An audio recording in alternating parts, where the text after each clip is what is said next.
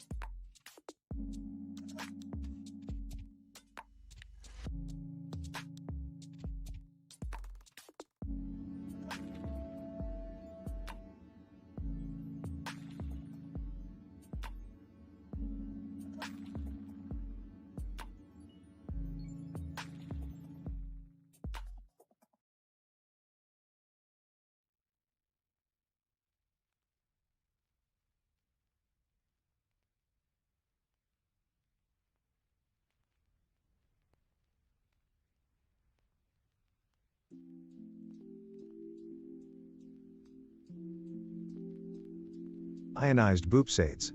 Callie, why you so close? Callie, why you so close?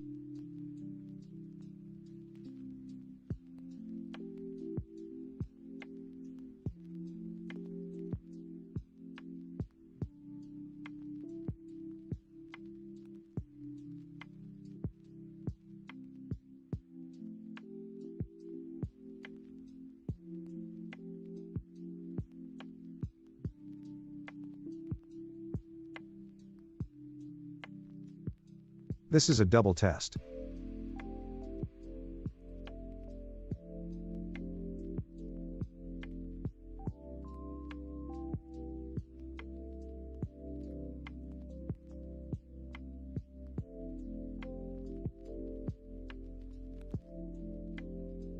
I passed.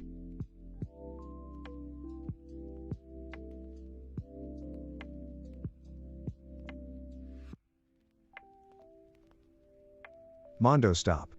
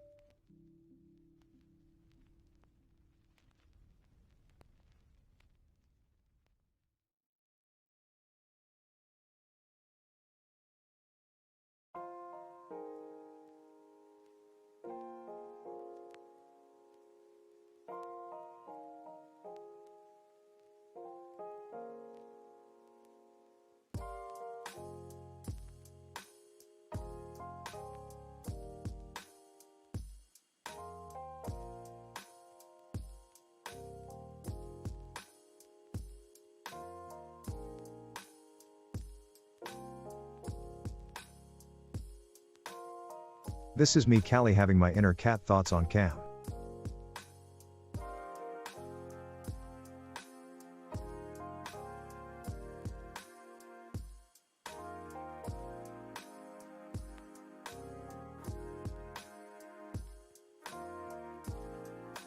Why am I considered a mutant of the cat world?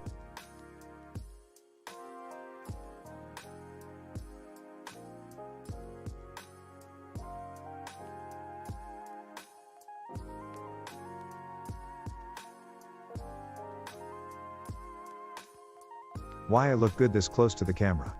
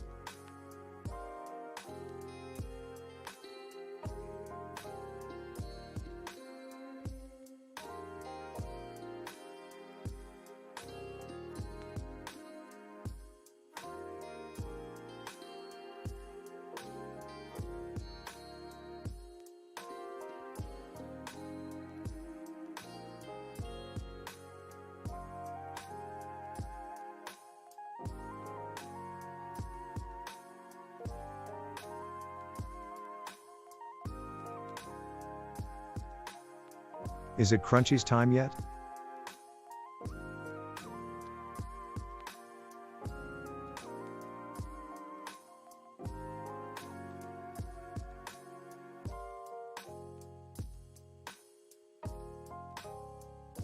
That got her attention.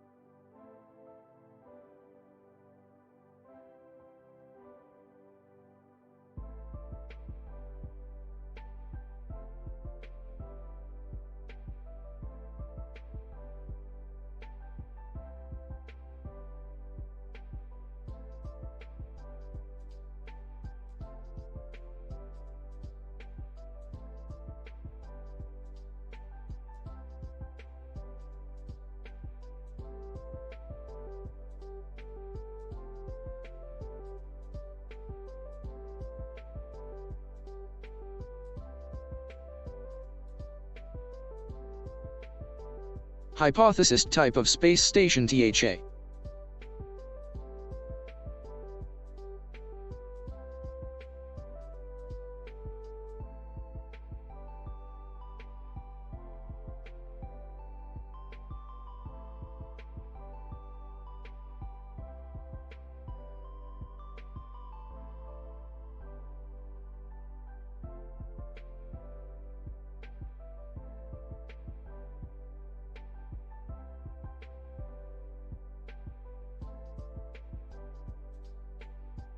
Well, it looks like Kelly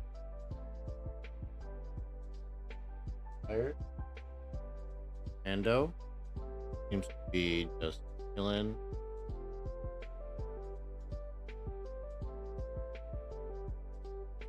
Looking at me from high.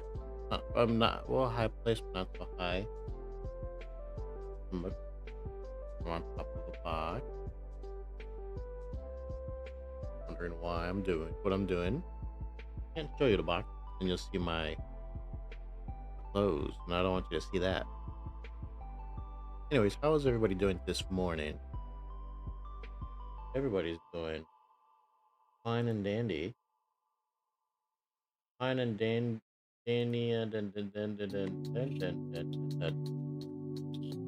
and I was trying to say it somehow like I don't know why, but I was trying to say it like Ned Flanders. Oh my god, music sounds so loud. But it's just me, it looks like. My headphones does it. Just that. Hopefully they don't die during this because I forgot to charge them last night. Anyways, how's everybody doing? I hope you're all doing fine and dandy on this Saturday day. We're gonna be continuing playing Terra Invicta. Excuse me. I also just woke up, so bear with me. Didn't mean to yawn in your ear. And or stretch. And stretch, really. But let us proceed with the lesson for today.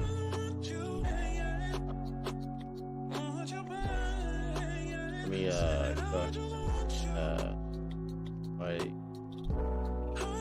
bear with me.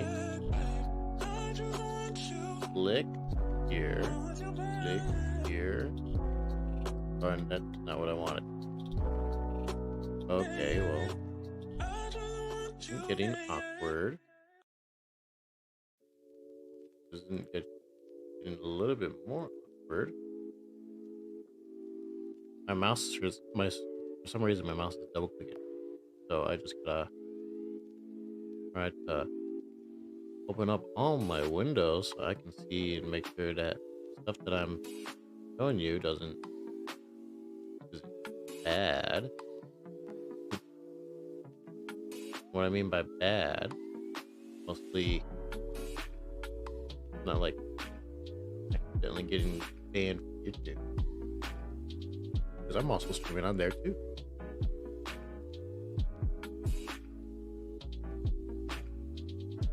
Alright, so everything seems good to go. Let me go ahead and switch this over.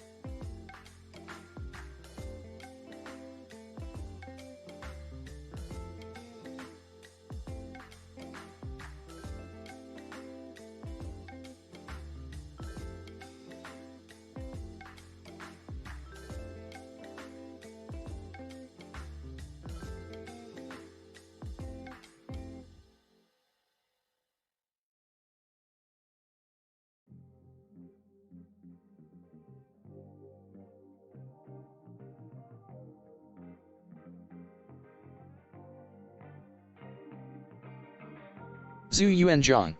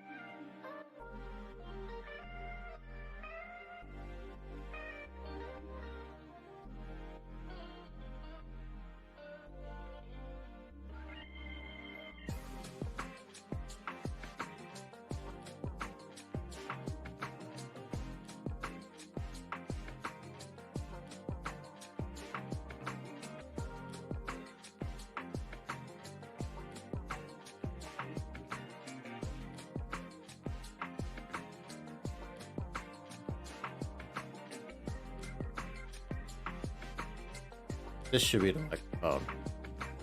Okay, so I just had to. Oh, the way you have things set up is so chaotic that you didn't probably hear what I said. You did hear what I said, and fantastic.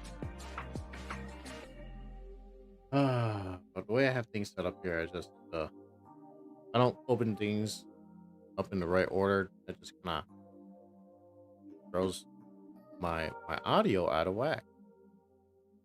Notice I was probably here talking for 10 minutes. You didn't hear a thing. Smart. So, anyways, what I'm trying to do is if we go over what I said, try to do a morning routine where we wake up. I just woke up, and I think we're just gonna go through like when we wake up, we go brush our teeth, or stuff, go to the breakfast table, eat, build up that habit. So we're gonna be going through a few things before we start playing Terra Invicta today. And one of those things is what we did on what happened on today's day, and we see so far that out of the fourth was Crown and the Holy Roman Empire, Red Turban Rebellion, Third. We also had the ammunition plant in New Jersey exploded, killing people and destroying more than 300 buildings. Wow, that's wow, that's huge. Big. I mean, that sounds big, right? Blows up 300 buildings. Soviet spacecraft Sputnik 1, the first artificial satellite to orbit the Earth, was launched. And we had a suicide bomber killing 21 people. Okay, that's... Why is that footnote today? I mean, I understand the significance to some people, but like, what's the... Is there like any historical precedent for this? I don't know. That's more of what I was going for. I want to try to see what was happening on today's today, or like not today, but like the date, which is the 7th of October. I want to see what historical things happened today, and this is what we got. So that's what happened historically today. Let's see what's going on Reddit.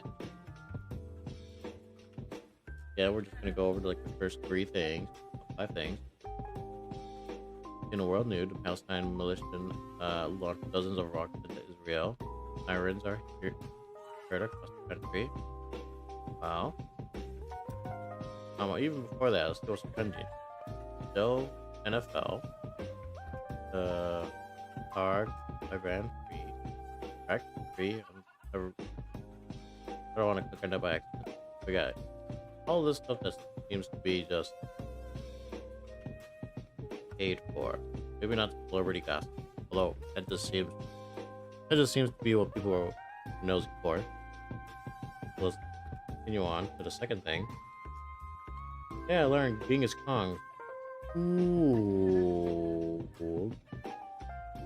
Planet by wiping out 11% of the world's population. He depopulated so much land that giant forests grew and scrubbed about 700 million tons of carbon from the atmosphere. But we know one solution to try to fix global warming, then, huh? Who knew he was such an environmentalist? Oh, shut up, so you can see my full dome. And my beard. What kind of my beard? Here I have, doesn't really allow me. I could lower my camera, but I don't want a chance using my, I don't want a chance using other stuff here from the void. That's my chair. We had the post that has an inappropriate word in the subreddit name. This is related to kids. Ian Denning. My 11-year-old nephew gets a 69 hit combo in the shooter we're playing. Nephew. Oh wait. Let's we're gonna do this. I'm gonna try to be more on top of this. But when we're trying to mimic people, I'm gonna try to start using more of these voices that I have. And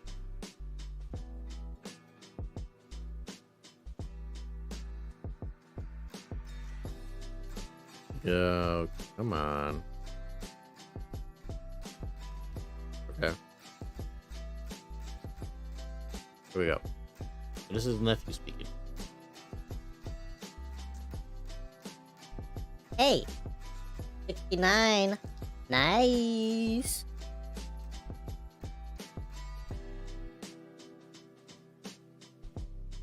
That's me just reacting like a person in the post.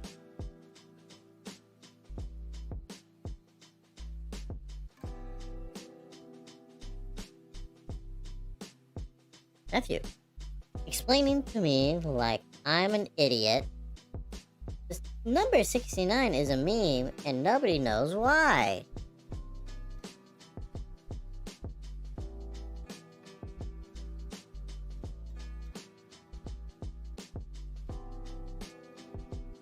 Oh, that kid.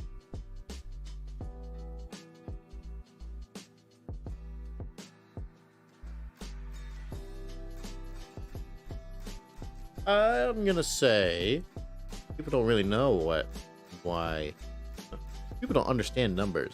So I'd be surprised if we did know what the true hidden meaning behind 69 meant. I rubbed my eye and I think I pushed the eyelash into my eye. Super great. Rub it in, but I did. No, alright. Next post.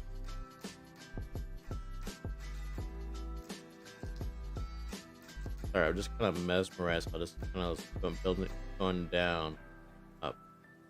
1,000 people live in a single building in St. Petersburg.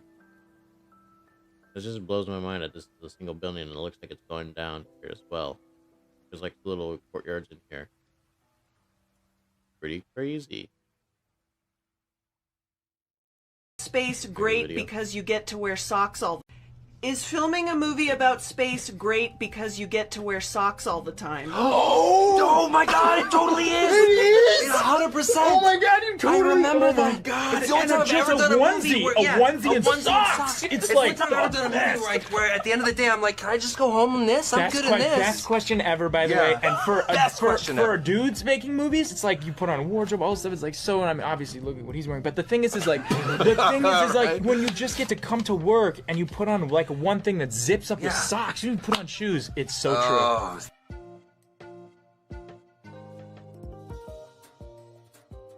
Well, my question is then, why don't we see any astronauts having any of those graphic design socks? Maybe there is. I haven't seen.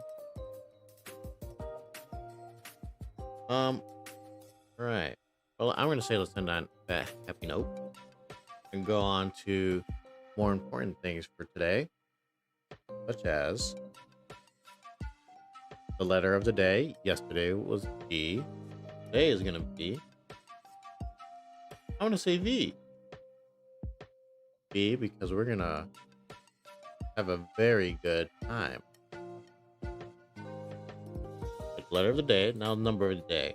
Yesterday was 462.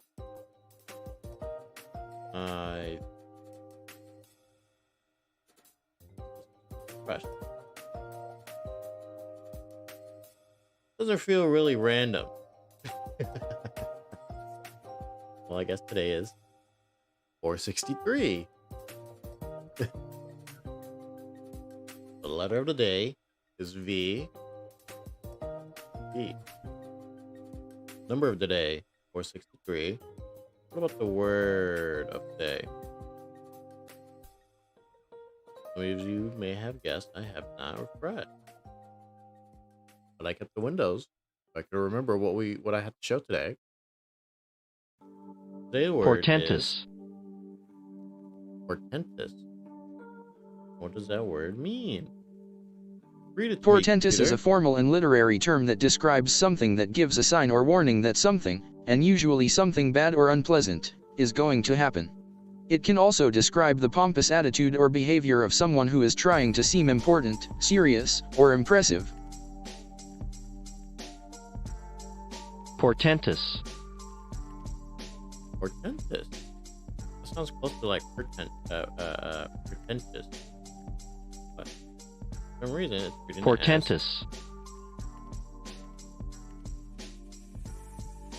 read how I pronounce it is different compared to how they pronounce it in the computer world. But I'm gonna go off the idea that this is a new word. It is. It's the word of the day. It's the letter V. Number 463. Portentous. And those are the things for today. And the last thing. Random. Our language for today is Kedah Malay. thank you, computer. Kedah Malay, which is the language in Malaysia. And I want to just show you particularly where no. I guess just the Wikipedia for it. I was gonna have it read it to us, but doing like a quick glance of it, I mean, all right, I'll have it read to us.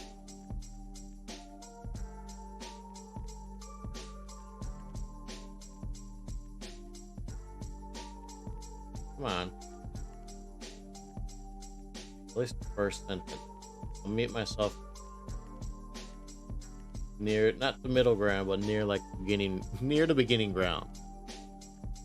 Read it for me, computer. Kedah Malay or Kedahan, Malay, Bahasa Melayu Kedah, also known as Palat Utara or Logat Utara, Northern Dialect, or as it is known in Thailand, Siberi Malay, Thai, is a language variety of the Malayic languages mainly spoken in the northwestern Malaysian states of Perlis, Kedah, Penang, and northern Perak and in the southern Thai provinces of Trang and Satun. There we go. It's mostly spoken in the mainly spoken in the northwest Malaysian state, Perlis. All these other states Cool. Now that we've got the letter of the day, the number of the day, 463, I almost messed up. The word of the day, or us, and the letter, the language of the day, which is trying to figure out how to say it. How do you say it, computer? Kedah Malay. Kedah Malay. Spoken in Malaysia, mostly the northwestern part. Let's start to get into the part that I'm more that wakes people up or puts them back to sleep. Believe it, only you can decide that. But I like to try to touch base on like what we've done previously, or like what we're gonna get into today, and relate that to like possibly what's going on in the real world, or like all stuff that's close to it. And one of those things in the game that we're playing, Terra Invicta, involves space dock, because it's a space or a strategy game where you have to fight aliens in space. And in order to do that, at least in this game, they used what's known as spaceship. In order to build those spaceships, they use shipyards, not space dock.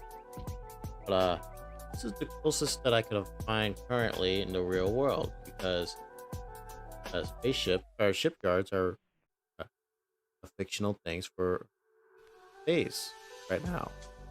We have them in the real world, where we have an ocean where, if you're watching this video from the future, we possibly don't have one here on Earth anymore, but during my time as making this recording, we do. And so, unlike the future where they possibly do have shipyards in space, this is what we currently have during my time, space docks. And they serve a certain purpose. Let's have the computer read it for us. Computer, please, not the whole thing. Oh my gosh, not all that. Computer, don't. Yeah, you just give me. I feel like you're giving me yeah. Come on. I'll get better at this. I'll be a lot smoother at this transition sooner or later. I'm a bit of a slow learner. So we'll see how long it takes me to get this A space dock is a hypothesis type of space station that is able to repair or build spacecraft similar to maritime shipyards on Earth. They remove the need for new spacecraft to perform a space launch to reach space and existing spacecraft to make an atmospheric entry and landing for repair work. They currently only exist in fiction, however concept work has been undertaken on real space dock facilities that could be built with current technology. Alright, let's go through the real world nation. Let me know if you want me to keep or remove the highlights. I tried to get it so that way as it reads, it highlights it. I liked it when it does that, but I need to remove, well, I haven't gotten it to work yet. Let's just say that. So that's that. Space docks, as part of a wider space logistics infrastructure, are considered a relevant part of a true spacefaring society. Scientists of the American Institute of Aeronautics and Astronautics have proposed that future, near-term LEO space facilities should include a large space dock, making possible the on-orbit assembly and maintenance of large space facilities, space platforms, and spacecraft. See image for design concept. A space dock/hangar could also allow enclosed, and possibly pressurized, maintenance of smaller spacecraft and spaceplanes, though the construction of non-atmospheric spacecraft and other space facilities is envisaged as its main use. The structural strength of such a more advanced hangar would primarily be based on the internal atmospheric pressure that would have to be sustained for shirt-sleeve operations, thus enabling routine servicing and assembly in space too. I don't know what shirt-sleeve operation means. Imagine that means like you just walk around with just shirt sleeves. I don't know. But that's pretty cool so far. Key use for orbital maintenance could be especially critical for damaged atmospheric spacecraft. which are at great risk during re-entry into the atmosphere, as was shown during the Columbia disaster. In the wake of the disaster, NASA improvised repairs to shuttles while in Flight 3, a procedure which would have been much easier with a dedicated orbital facility. The use of a major space dock as a construction facility would also be required for the construction of an interstellar colonization starship built with current or near-term technology for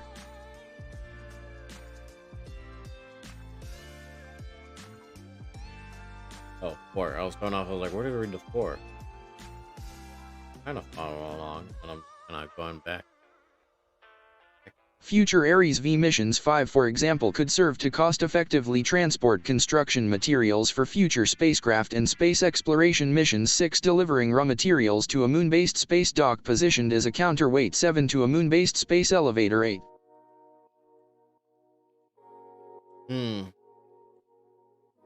But yeah, that's pretty cool. Although I can see some of the issues that they would have with this. One of those can deal with like flying debris out there. They're gonna have something possibly not even that big. So you have to have something that can help deal with like potential debris that's out there in space. And at least my thought process is that you want to have something. Because the way I have like the shipyards that or the space docks that I have in my game, I like to try to have like a little thing that zaps. I imagine a little like defense system that zaps like debris and stuff before it breaks my ship, my space station. I imagine you'll want something like that before you even try to do a shipyard in space. But then again, that's probably going to go against like a whole bunch of treaties because you don't want to put like a weapon in space. Yeah, so one of the reasons why I wanted to go into space yard or spaceship or space shipyard, because space Tugs is a pretty cool concept. Let's have the computer explain it to us. A space tug is a type of spacecraft used to transfer spaceborne cargo from one orbit to another orbit with different energy characteristics. The term can include expendable upper stages or spacecraft that are not necessarily a part of their launch vehicle. However, it can also refer to a spacecraft that transports payload already in space to another location in outer space, such as in the Space Transportation System concept. An example would be moving a spacecraft from a low Earth orbit, LEO, to a higher energy orbit like a geostationary transfer orbit, a lunar transfer, or an escape trajectory. When I say space tug, they don't mean just like going from planet to planet. They mean it going from like different orbitals too, low Earth to like extreme Earth, there to other. The term is often used to refer to reusable, space-based vehicles. Some previously proposed or built space tugs include the NASA 1970s STS Proposal 1 or the proposed Russian Param, and has sometimes been used to refer to expendable upper stages 1 such as Fregat 2 Spaceflight Industries Sherpa, and the inertial upper stage, when such stages are optional.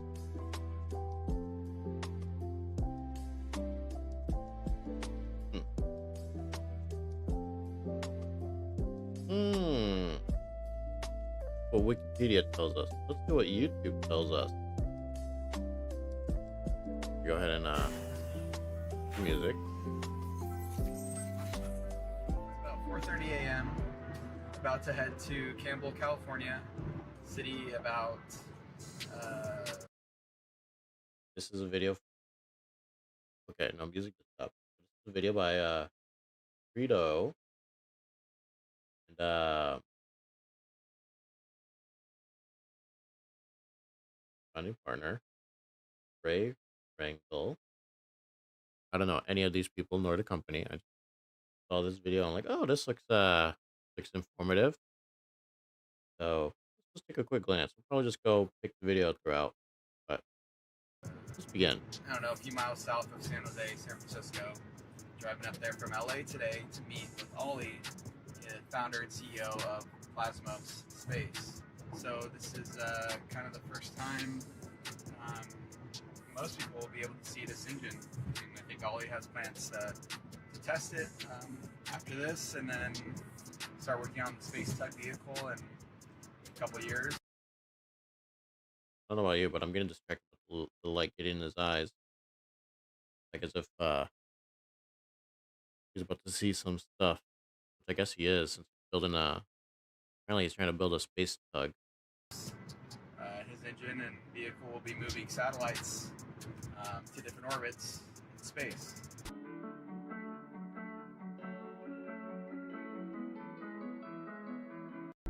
Cool intro. Let's get There's a through lot it. of excitement around new space. A lot of companies are developing new products and solutions. We see there's a new run to go to the moon and to the Mars. And of course, around that, we need a lot of new solutions. We need more efficient solutions. We need more efficient propulsion systems. This guy's shirt is really clean. Ollie and the team, in my opinion, come at the right point of time. We'll get to Ollie in a moment, but first, let's touch on the topic of timing. How did we get here? It wasn't long ago that deep space projects like asteroid mining and interplanetary travel seemed pretty far-fetched, but a lot has changed over the past few years, and there's a real belief. I was gonna say it wasn't that long ago until space was invented. Like, why invent it? At least say discovered in my head.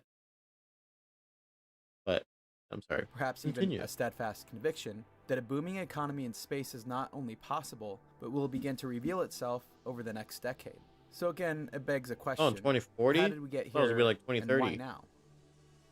I think the space tug idea is incredibly a next piece of the future space economy. I think that's when you think about, space right now, access to a space. And knows you got to build a space economy for the ending alien invasion, right? Really easy. We have been able to go with the SpaceX to really first orbits, even higher orbits are planned, and I think what they are able to do is been a piece, an opening door for everything else that we are gonna do. That's right, good, so though. more about Ollie, That shirt is on Plasmos, point. and their space tug concept shortly. First, some more context on the emerging space economy. Like most major shifts, it's the result of a confluence of events. Just as the kids of the 1950s and 60s were inspired by the original space race, a new generation has been inspired by SpaceX and Elon Musk. As NASA wound down its space shuttle program in 2011, Musk and SpaceX were just getting rolling. His ethos of moving fast and failing quickly stood in stark contrast to NASA's slow-moving, prohibitively expensive programs of the past. And ultimately, his vision has proven to be the right one for the 21st century. Over the last decade, SpaceX has shown that a small nimble startup can launch things into space faster and at a much lower cost than ever before. I mean, they don't have to jump through all the legal hoops. They need to jump through all the legal hoops. They're not held back by the bureaucracy of like He has succeeded, the government is. or at least is succeeding in his goal to democratize access to space. Like, they're still held up by the government. Like, those businesses are still held up by the government, but the government, they don't have to wait the approval of higher ups in the state for spending and stuff like that. Like the other stuff. The important stuff they get. As Ollie stated, the door to space is effectively open. Now he and other space entrepreneurs are thinking about what to build next. I would say the same way that the SpaceX has achieved access to space, we want to democratize mobility in space. My name is Ali Bafchasar. I'm the founder and CEO of Plasmos. I wanted to look at the basics that go into aerodynamics, that go into propulsion, that go into exploring the space.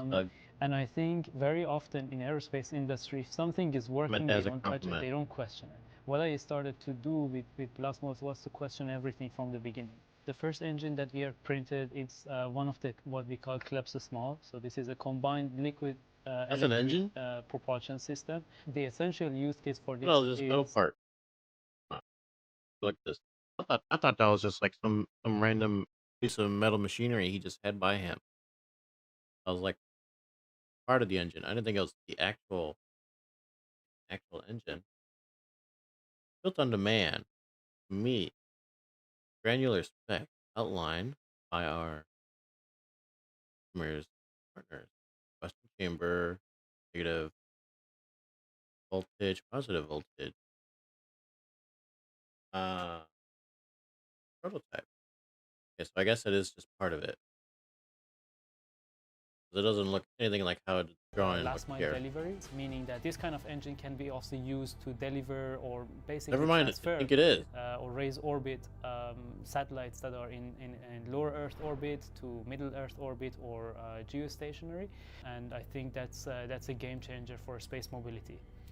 But it's satellites, essential all right. use case for this is last mile deliveries, meaning that this kind of engine system, the essential use case for this is last mile deliveries, meaning that this kind of engine can be also used to deliver or basically transfer or raise orbit satellites that are in lower Earth orbit to middle Earth orbit or geostationary, and I think that's a game changer for space mobility.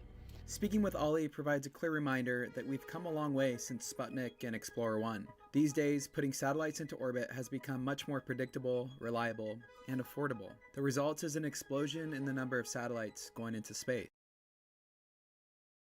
as government and private entities are exploring new ways to leverage satellite technology to enhance Earth observation, communication, and transportation capabilities here on Earth. Given this, the number of satellites in space promises to grow exponentially. Just how many satellites are we talking about? Well, a total of 1,713 commercial satellites were deployed during 2021. That was an increase of 1,713 commercial satellites were deployed during 2021. That was an increase of more than 40% when compared to the numbers in 2020. With the success of satellite constellation providers like Starlink and OneWeb, this is just the tip of the iceberg. For example, Elon Musk has shared his goal of sending upwards of 42,000 of these satellites to space over the next few decades. That's 15 times the number of operational satellites in orbit today. With this immense growth comes questions about operational space, management of space debris, satellite servicing, and responsible use of space. So, to put it simply, the demand for maneuverability in space is increasing. I think one of the main problems, I think we're also going to get to the point where like we're going to have so much space satellites that ships coming in and out of orbit are going to like start having to worry about like debris that could fly into the spacecraft, right? My initial thought is like, you have an airplane that's flying, and all of a sudden it just hits like a random bird gets into the turbine. I know that's like an issue with those old propeller planes. So that could be kind of the same thought process for like spaceships and satellites. A spaceship coming down and just ram into like a satellite. It's being a lot more dangerous to both because just you can instantly just like blow each other up depending on how fast they're going. So that are existing today is that there are so many satellites in the same orbit, and so you want to go higher up, you want to go to specific orbits like equatorial because you have a specific missions. We are focusing on how do we reduce the cost for that. Right now the cost for that is very high because the service for it is almost non-existent. What we are going to do specifically to solve that problem is with the reusable space tug. So similar to what the SpaceX did with launching I'm like, that's pretty lame. To space with the first and second stage, and a bunch of satellites being deployed in the early orbits and bringing their rockets back. We are going to be, as a space tug, docked into SpaceX or other programs and launch from there when we are in the orbit and deliver the satellites in wherever they want to go, so up to sometimes 40 satellites when we consider CubeSats and typically constellation satellites, and then bring our system and only our system back to the Earth. Those are the kind of things we are going to stay focused on solving the actual problem, and if the engine is going to be a piece of it, then great. If it's not a piece of it and we are going to focus building a chemical system, then we are going to do that. So back to Ollie's innovative I guess the engine of if the engine has to come back to Earth. I feel like it's kind of defeating the purpose if you have to bring back the space tug to Earth after it's used. But Oh, no. In order to have a functioning space tug vehicle, you need a propulsion system to power it. This was the original inspiration behind Plasma's novel electric chemical engine design. But if you're like me and not a rocket scientist, you're probably wondering what makes this so special. Well, it has to do with the fact that most rocket engines we think of today are of the chemical variety, in which hot exhaust gases are produced by chemical combustion. Essentially, the chemicals are propellants, a fuel, and an oxidizer, similar in function to gasoline and oxygen in an automobile engine. Most rockets that successfully leave Earth's atmosphere are powered by chemical engines. On the other hand are electric engines, which offer too little thrust for launches from Earth's atmosphere, but have certain advantages for a vehicle already in space. Relying on an external power source, these engines can provide low thrust for longer intervals, making them an efficient solution for missions requiring thrusts for a longer period of time. Given the growing demand for more complex maneuvers in space, there most certainly is application for an engine that might combine both chemical and electric propulsion. Well, yeah, definitely. So there are several levels, to this question. So one is just delivery to space. It's much cheaper to deliver to low orbit, but then many application might. I'm gonna point out real quick how that guy's head is a perfect shape of an oval. Just it's a good shape. He has a good shaped head. Orbit. So then you need to Adar, you have a good shaped head. right? And that would require propulsion, and that would require efficient propulsion. This is Dr. Michael Kiter. He's a James A. Clark Professor of Engineering at the George Washington University, as well as the president of the Electric Rocket Propulsion Society. He has authored over 290 journal papers and 290 conference papers, as well as a textbook, Plasma Engineering. He's also founded the Micropropulsion and Nanotechnology Laboratory at the George Washington University. Suffice it to say, Dr. Kiter is one of the foremost experts on electric propulsion. Oh, it was. I just He's said it also a key advisor of Plasmos and a believer in their hybrid engine concept. You always have to compromise somewhere, and if you build powerful engine utilizing say chemical energy, this guy just doesn't believe. You can obtain very you don't high need to compensate. Force Nature just has to compensate. in those cases, but the use of propellant is relatively inefficient. You will need a lot of fuel to achieve significant change of velocity of your vehicle, or what we call delta V. Delta V, also known as the rocket equation, refers to a change in velocity and is used to measure the change of a rocket's orbit. It's a useful way to measure the range of a rocket or vehicle in space.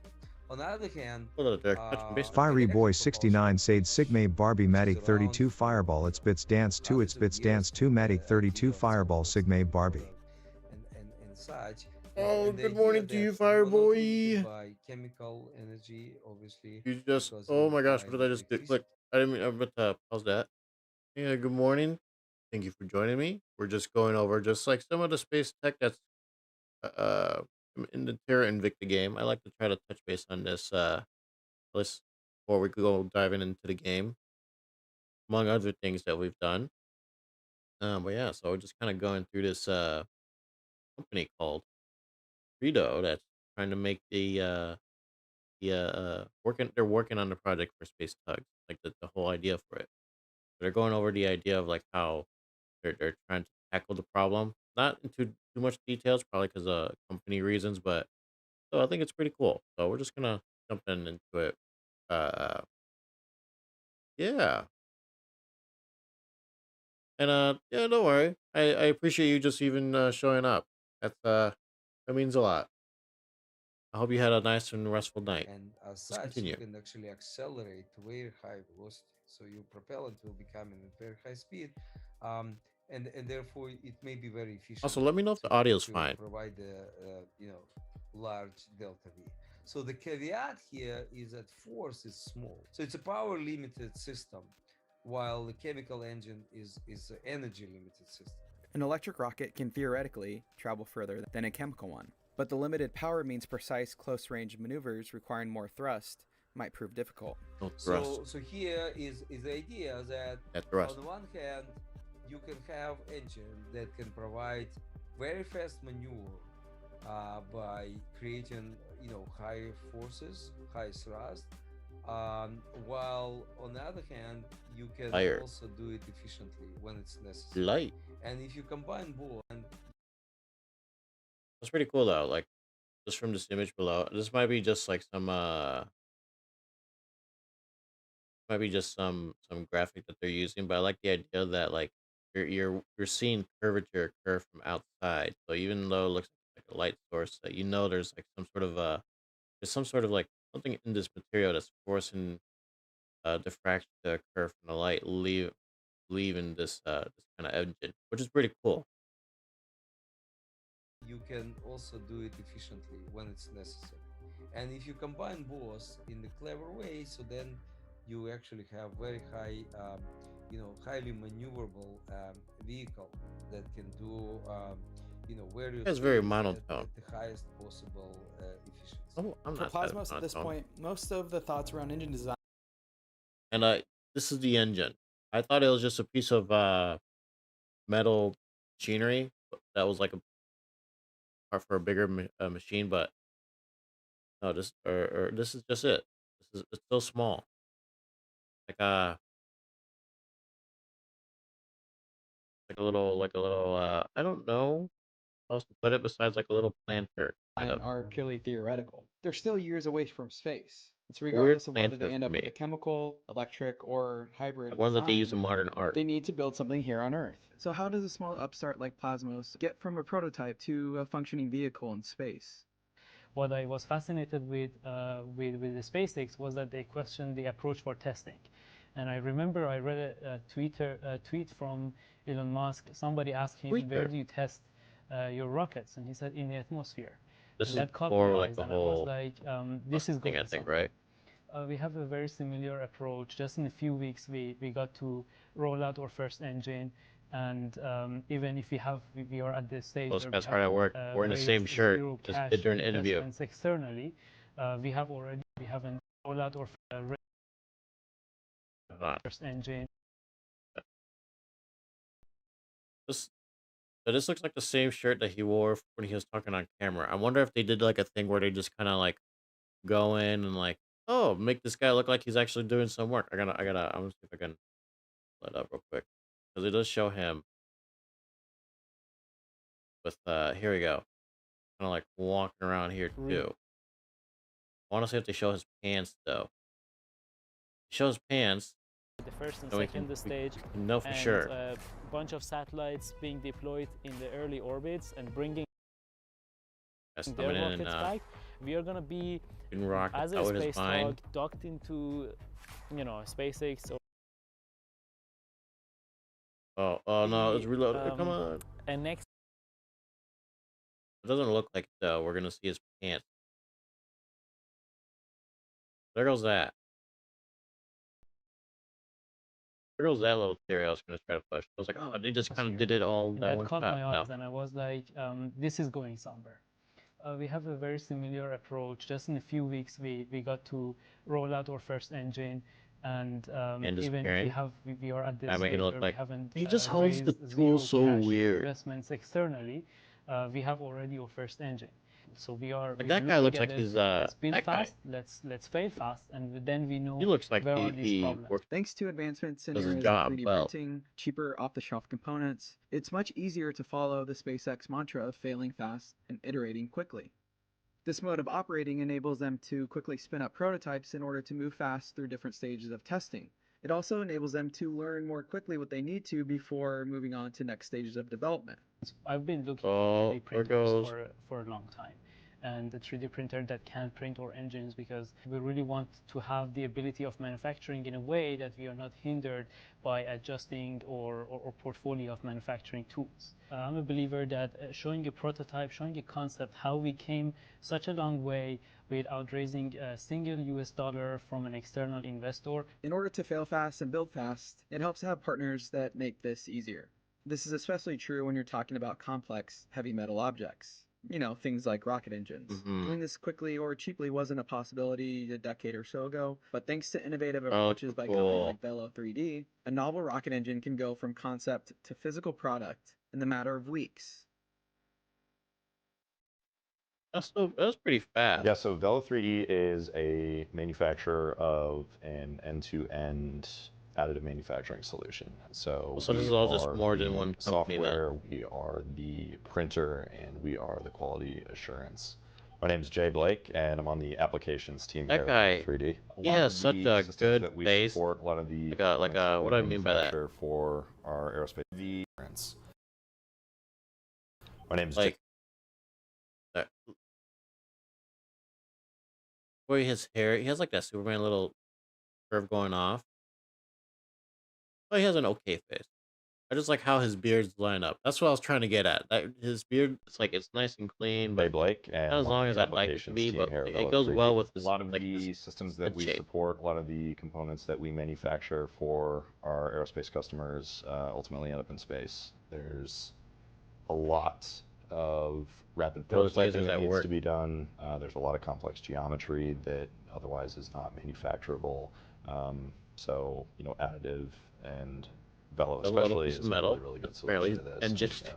We're really fortunate that Plasma came to us. Just showing that we as a company are able to manufacture something. I think that's it looks uncomfortable in front of the camera. Steps that I hope investors look for more. But he also looks like the kind of person that's really awkward. I think that Velo 3D has been an inspiration to me, both from the founding team, the founder himself, and also how they really build a nice culture here. The feeling is apparently mutual.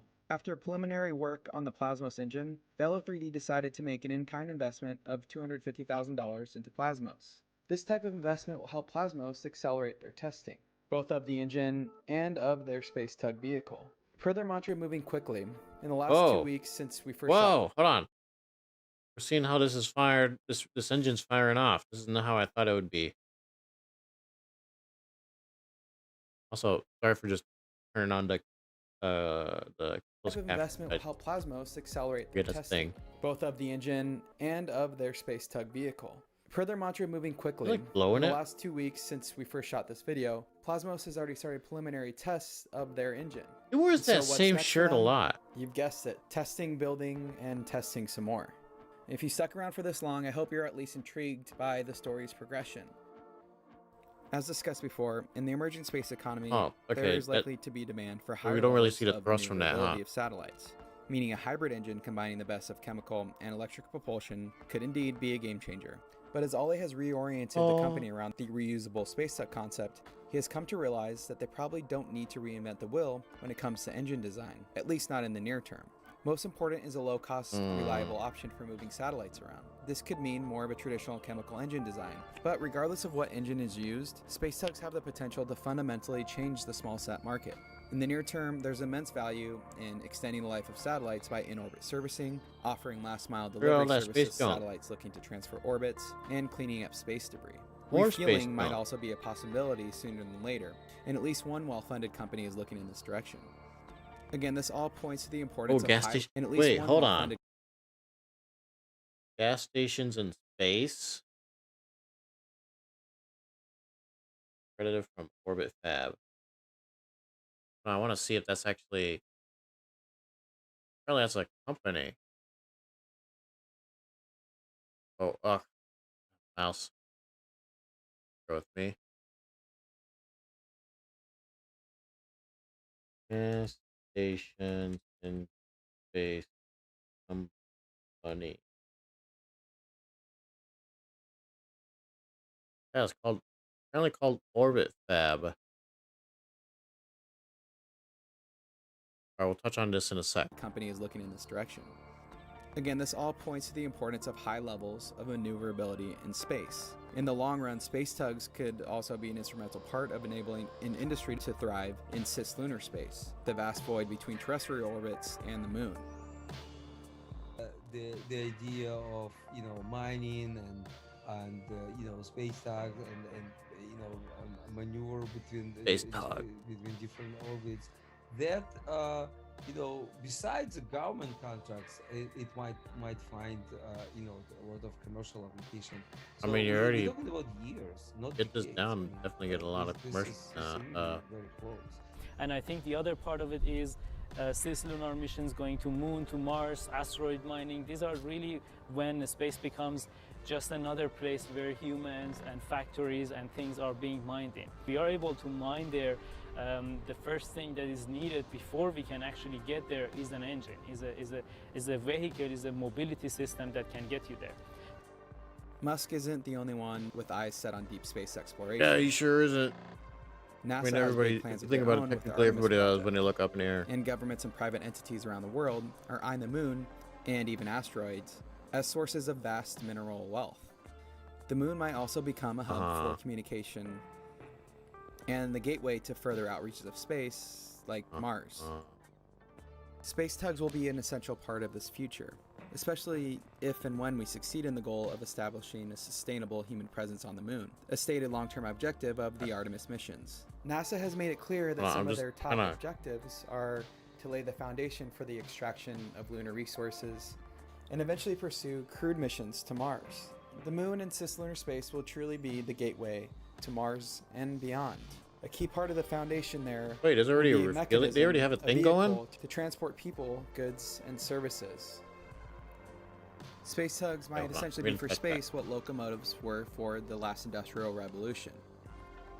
They'll make the transfer of goods and services possible and enable an economy to thrive. It's hard not to get excited about these visions for the future, but it's still the early days, especially for a company like Plasmos. And space is still hard. You might also be wondering, like I did, who is Ollie? Why does he have so much confidence? And how has he been able to garner such tremendous support in such a short period of time? Why is he so believable when talking about something something so far out on the edges of possibility? When working on the story, I admittedly questioned my own belief in this far-out vision. But the more we talked, the more I learned about his background, the industry, the opportunity. I've become a believer, and I'm not the only one. This guy, they must be a fan of this game then. Nothing can stop him. He is unstoppable, so I believe that he will be successful as entrepreneur, and the company will make it.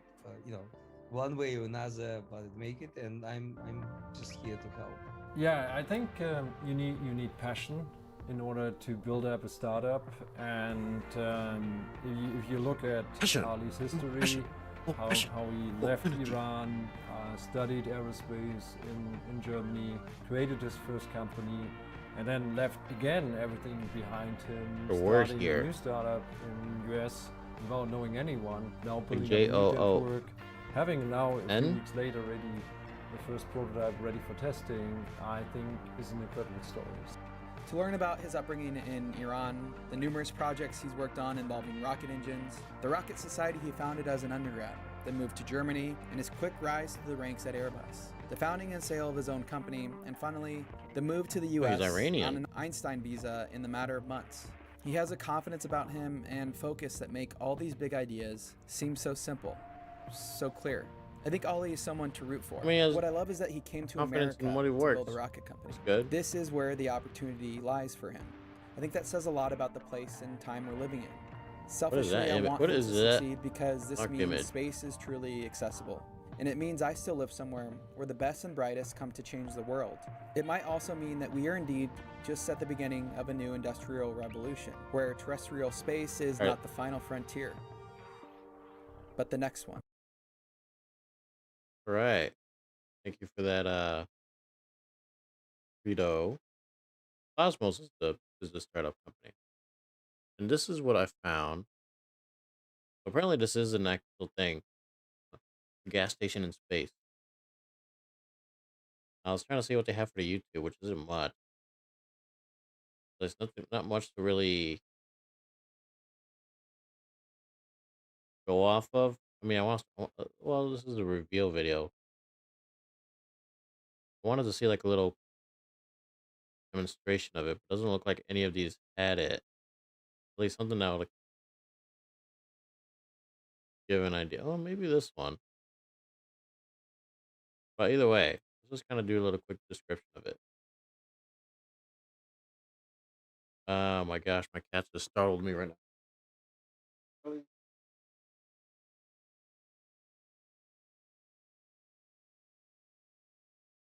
All right, let's have the computer read it for us. Kennedy Space Center, FL, April 11, 2023. Before startup Orbit Fab was founded in 2018, the company's co-founders asked the space industry a simple question: what could you do with an extra tank of fuel? The response was overwhelming. Orbit Fab set out to build an in-space propellant supply chain, gas stations in space trademark. But first, they had to validate their technology in microgravity, where the hardware must perform, through experiments sponsored by the International Space Station, ISS, National Laboratory. The latest issue of Upward, the official magazine of the ISS National Lab, highlights Orbit Fab's successful hardware tests on the ISS, an investigation that showed the space industry that the company was a real contender to become the leading propellant supplier and refueling servicer in space. The company faced the challenge of designing fuel systems that operate effectively in microgravity. Understanding tank dynamics and pump systems in this environment is critical for developing a sustainable in-space propellant supply chain. The Upward article showcases how Orbit Fab leveraged the ISS National Lab to test its innovative fueling technology and how results provided vital insights to move the technology closer to commercialization. Upward is dedicated to communicating the results of ISS National Lab-sponsored experiments that demonstrate the value of space-based research and technology development. The article, Refueling the Low Earth Orbit Economy, is a must-read for anyone interested in space exploration and the future of the commercial space industry. Okay, so I can't believe it's actually they're trying to put gas stations in space. I mean, it makes sense since it's trying to push off further, but I didn't think it was going to happen this soon. All right.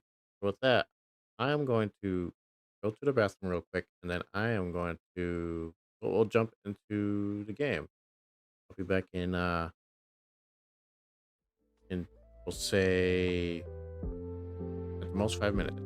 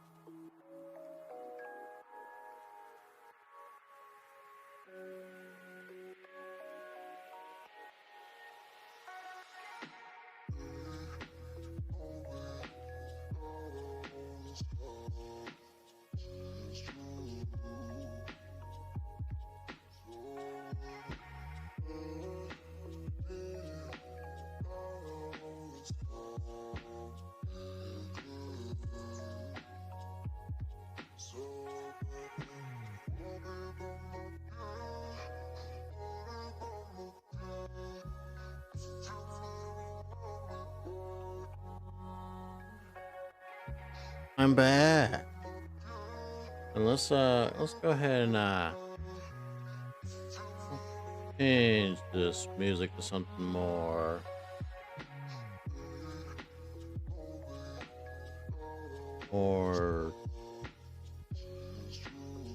what's the word I'm looking for? I'm gonna say it. Let's do more funky. No, it's too early for funky. We need something more kind of calm like this, but not as calm.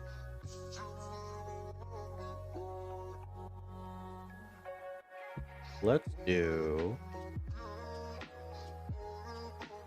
try some jazz.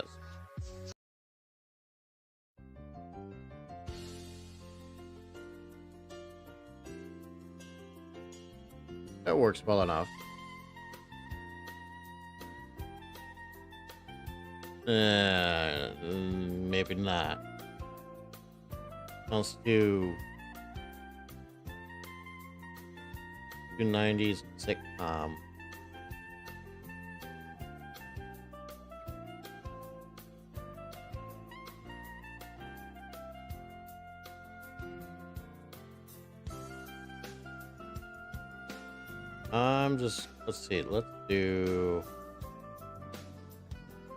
Let's try chill EDM. I'm kind of curious on that. If it's too energetic, we'll just change it to something else.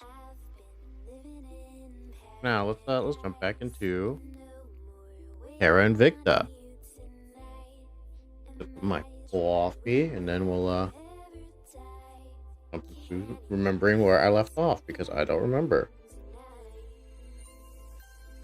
Oh, that's some good.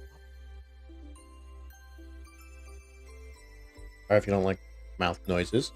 I'll try to do that less. But okay. Where did we leave off? So we see all of the space is still taken over by most of the aliens. Mostly by aliens. Exodus is making a good push for the belt. We'll deal with them when we have to. Am I able to build anything on Mars? I think I've been building stuff slowly on the Mars. Nothing in the orbit. I've been mainly trying to figure out our situation here, because I only have the one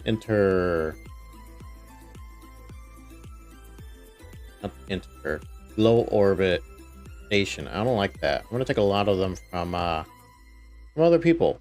Maybe not all of them from the initiative. A good majority of it. I'm definitely gonna take some from the Protectorate and the Servants first, and then work on the initiative. One thing at a time. How are we looking on Earth? Let's see. I'm still working on the East African Federation. Let's see. Getting this inequality down. That's good. Helping with this cohesion, because we want cohesion to be high. Especially since the GDP is not. GDP per capita is low. We want to have high cohesion to deal with this unrest that's building up. And now it's at 6.5. We'll be able to build up cohesion a bit more. We just got to get this inequality down. So I think the way that's currently set up is fine. At least until we get to the cohesion max. which is right now 5.2. Get there, we'll make some adjustments. It's probably not going to help too when we bring in South Sudan. They do have a small population compared to the whole East African Federation, but they still can play a role in affecting how things are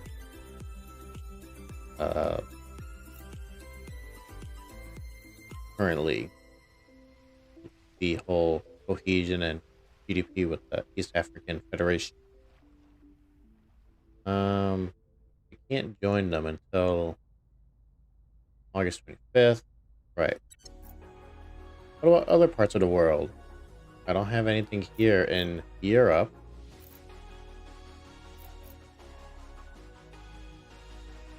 Neither here in oh no, I have Indonesia here, that's right.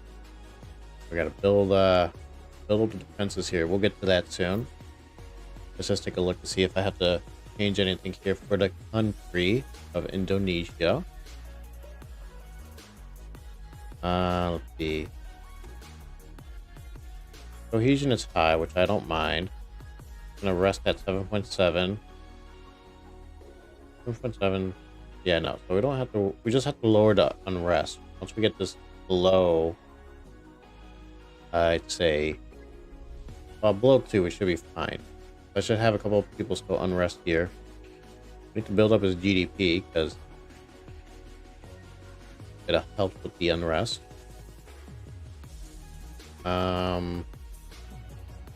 We also wanted to focus on building mission control because it can build a decent amount, which we can use. We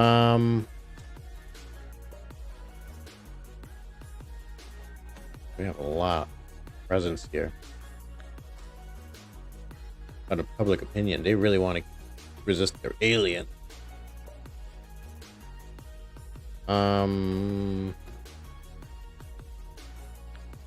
I guess we don't really have to change much, because I still like to have I still like to invest in knowledge.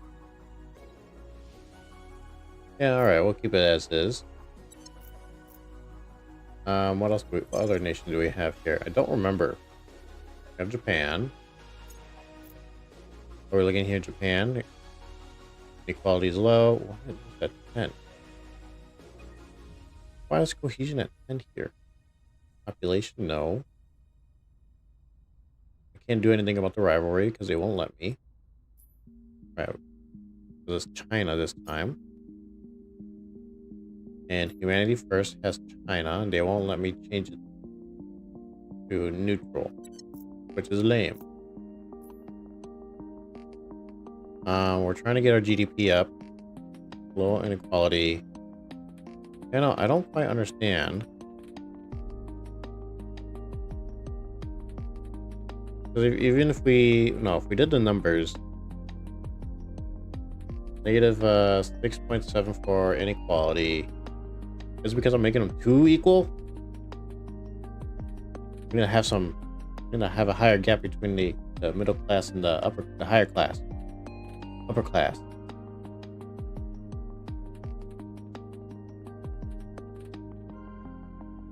I guess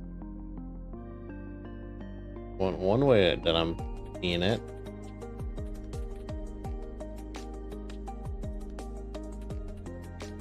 Just like ooh.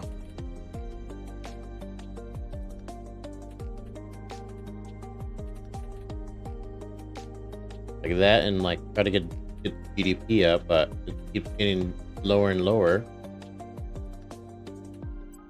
I guess we'll just try to focus more on the economy investment.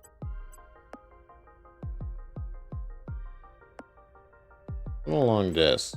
That's 12. Get them both 12. That will do 22 there. Unity just like around 5%. Because I don't wanna keep putting agents into doing Unity or like trying to get public opinion here. I think just some small percentage investment of 5% of Unity is good enough. Boost, I think we're pretty good on boost. I think we can cut that back to boost we invest. How much of a bonus do we get? We get 6. I think we're fine cutting that back to 5%. Putting that 3% into mission control. I like to have more mission control. We're getting to that point of the game where mission control is starting to get more and more important. And set Russia. Oh, we're working on you, Russia. We're working on you. Yeah, we don't want to spoil you too much because we want people to still come in. We still want those factions to come and take you. So we're making you look. We're prettying you up. We're putting some makeup on you. Hopefully, we're putting some makeup on you while also giving you a bit of a cosmetic change. I guess plastic surgery, some would call it. But you're looking fine. I don't need to change it. I'm not gonna really focus too much on you. You look fine. So Mexico. I'm just doing the countries right now because as we proceed, I'm just gonna probably forget. Mexico. B. Okay, their unrest is at least below 2. I don't have to worry about them getting their GDP affected from that. So let's cut back on unity. Even inequality. Yeah, that's not so much of an issue. So let's start focusing on building a base presence here in Mexico. Dude, I'm like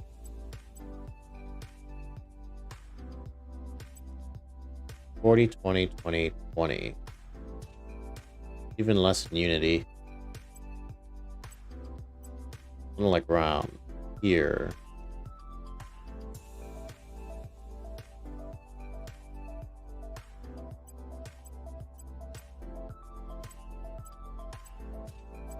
We got to get the economy up. I think 30% into space programs, percent here, 15% into welfare, and then 46% into economy for Mexico because we want to try to get this. Want to try to get Mexico up and running, and the economy is just going to help with that. Oh, look at that. We're 93% popular here in Mexico. We're so popular. That's Mexico. I think that's good to leave, let running like this for a while. US, I don't think I even have to touch you. Oh, you're in that 5? Yeah, no, you're looking pretty good. You're looking pretty good.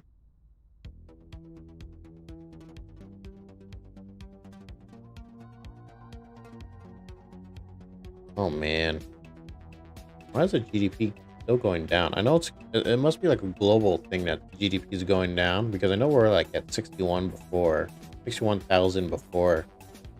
But man, we've taken a hit. A lot of the nations have. So something must have happened globally.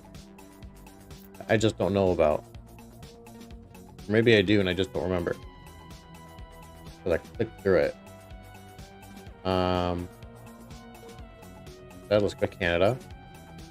So we're still ruining it.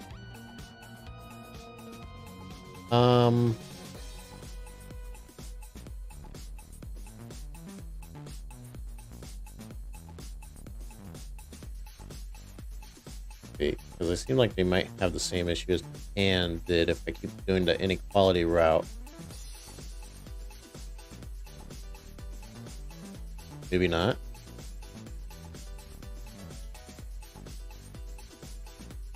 Either way, we're gonna do well. Okay, never mind. We're already doing 4% in unity. I think that. I guess that's good enough. Gosh, what is this music? So good. Dr. Von Groove.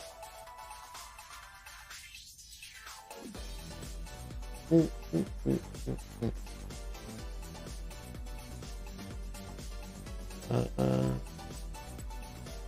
guessing this is fine. They take percentages out of welfare.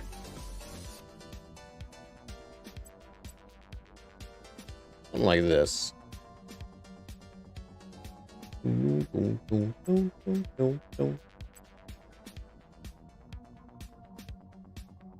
I will lower the boost. Let's put it into boost. Maybe even 3%. And we'll do 6%. If I get rid of the initiative, I guess this is what we'll do for now. And I think, is there anybody else? Indonesia, we did there, we're not doing Ireland. South Sudan, I don't think we're worried too much about. Just focusing on doing space programs. I think once I do space programs, I'll integrate them into the East African Federation completely. Yeah, I think we're good. I think we're good to focus on what we're constantly doing. At your Trainer's doing service. something. Looks like he's trying to detain alien. Keep doing the good fight. Ready for my mission. You're dealing with Russia. Your orders. You're dealing with stability there. Your orders. Oh, where are people's loyalties at? He's at 25. Rainer's at 17. Henry's at 20. Might have Rainer investigate everybody just to see where they're at. She should be good. We don't have to worry about her. What about XP? 32. I think I was holding off. Holding off to invest in him. What about you, Kirk? Yeah, I'm holding off to invest in invest what's the word I'm looking for? I'm holding off on XP to spend.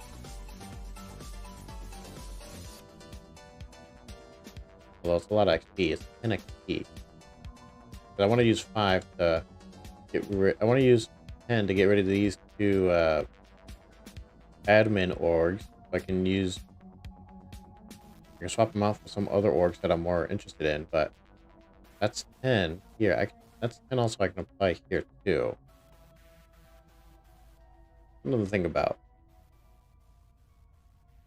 If I use 5 here, I'm essentially getting 2 admin points free, and I guess 2 little orgs I can use too. So depending on what I need, and it gives me 2 additional points. I think it's helpful. I can swap this off for something else. We'll see. I'm not investing in anything yet. Let's.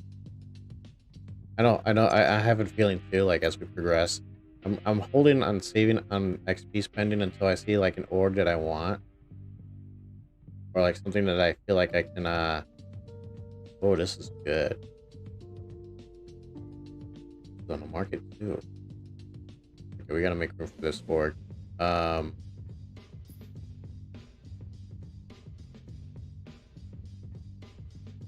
Just gonna do this.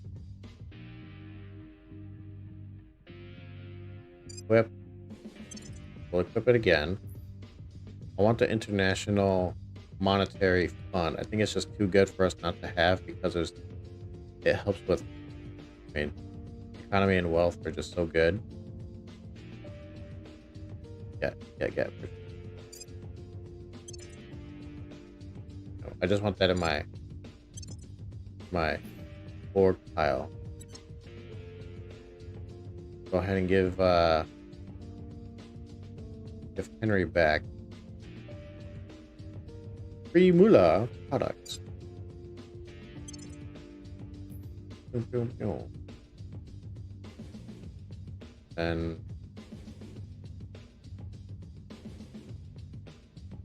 I don't know if there's anything else that I want that seems worth worth the worth. I need a criminal for that, so I can't even get that. I don't even have a criminal. Nobody here that I have is a criminal. Not even a professor that's the enemy of her home country.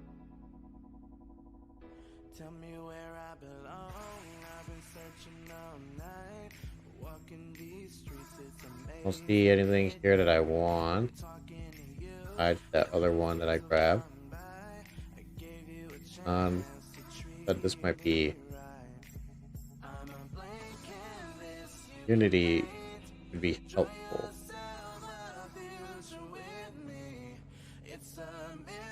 Oh, hell. Nothing else really calls my attention here. So let's just ready to go. Let's just set up Romulo.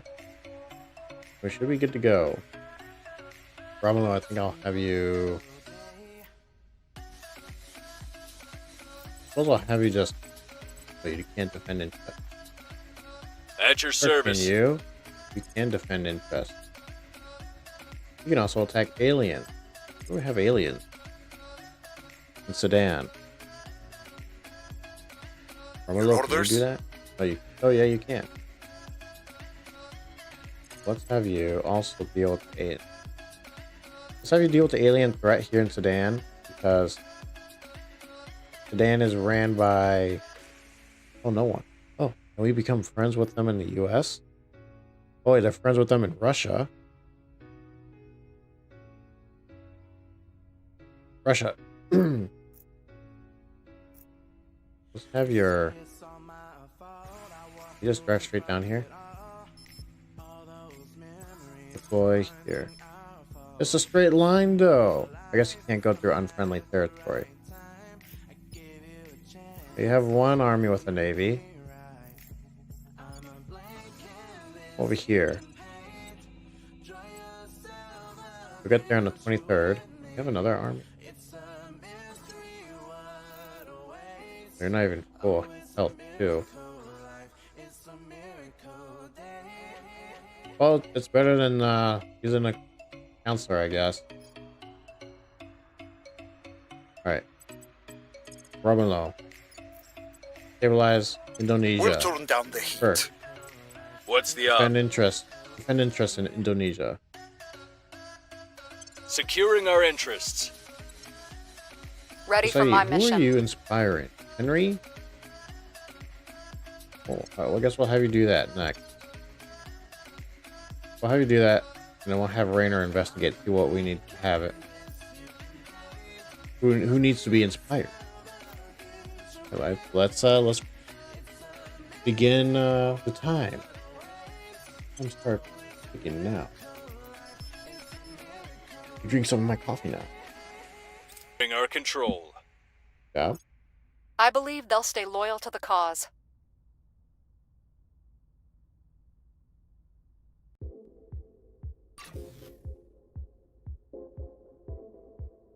We got construction done in Mars. Oh, that reminds me. I wanted to see if we're target secure. Good job, Rainer. We're working on Concord. We're working on nano tube armor. What else do I need? I need a drive, don't I? I don't think I have a drive from my spacecraft yet. Let's see. What am I missing from my ship? What am I missing to build my cool ship?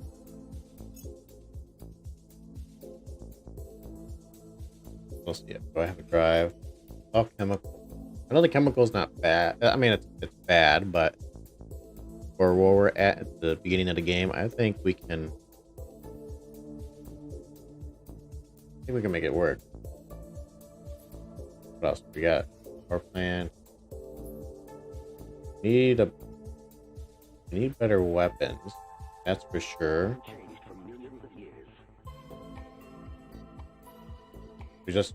We need the better weapons. But we also need to, more importantly, get our Marine.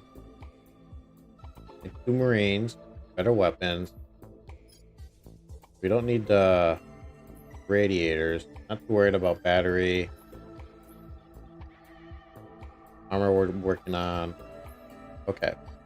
So weapons we need. Weapon and Marine. And I think my habs here on Earth.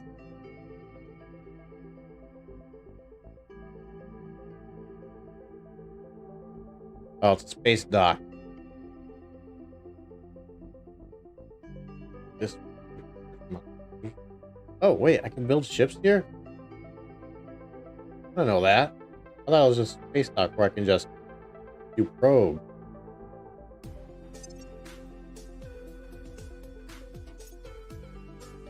Oh, I can. Also, I just noticed that we have aliens don't really like us right now. Probably because of what I did to that alien. Things are cooling off. Some people are gonna get blown up.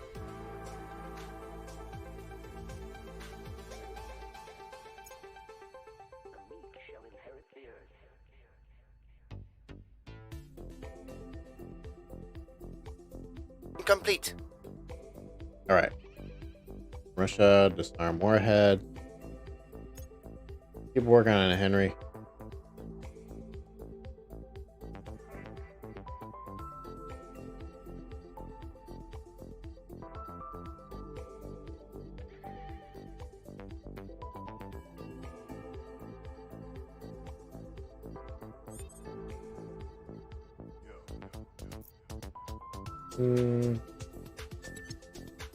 Reporting in. Kirk. Oh my gosh. And all this Xeno life routing. Have you Romania, that's with the EU. I probably can make friends with them. Vietnam, probably not. But Ukraine though, I could probably send somebody over here. Send an army over here. Not too much in Vietnam because I believe, yes, that is for Protectorate Lab. So we're gonna have to send somebody. I'm gonna send Kirk. Gonna deal with those. Going in hot. Acknowledge. Rainer. Go and investigate Henry. See where he's at loyalty wise. Initiating surveillance. I think he should be max. Ready for orders. So he's gonna be doing that. We're gonna have Saeed help with stability here in Indonesia. Actually, no. We don't need her to help. We can start inspiring somebody else. Okay, who? You can inspire Raynar. And, or Kirk. Yeah, we'll have her do Raynar. I guess I can have... who's our next best investigator? Ready for orders. What's the op? Where do you Guess that'll be you, Romulo. I'm gonna have you instead, Romulo, go and investigate Kirk. I don't know. Including Raynar. See where his loyalty is. Investigating target. And I'll have Where to? Saeed over here to stabilize the nation. We'll turn down the heat. That said, before I forget, let's see if America can make some friends over here. With Romania, which is Exodus, I think, yeah, Exodus and Exodus. Most likely, except for Ukraine. Oh, Romania, we're already allied with them. Sweet. Let's see, would you accept? No, they don't. Boo. They allied? Yeah, they're allied with Russia. I guess I could have. I can't because they're blocked by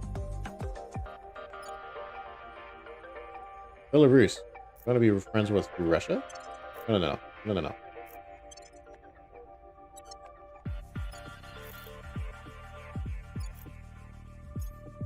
Allied. Belarus. Nope, not really. I mean, there's a chance. Nope.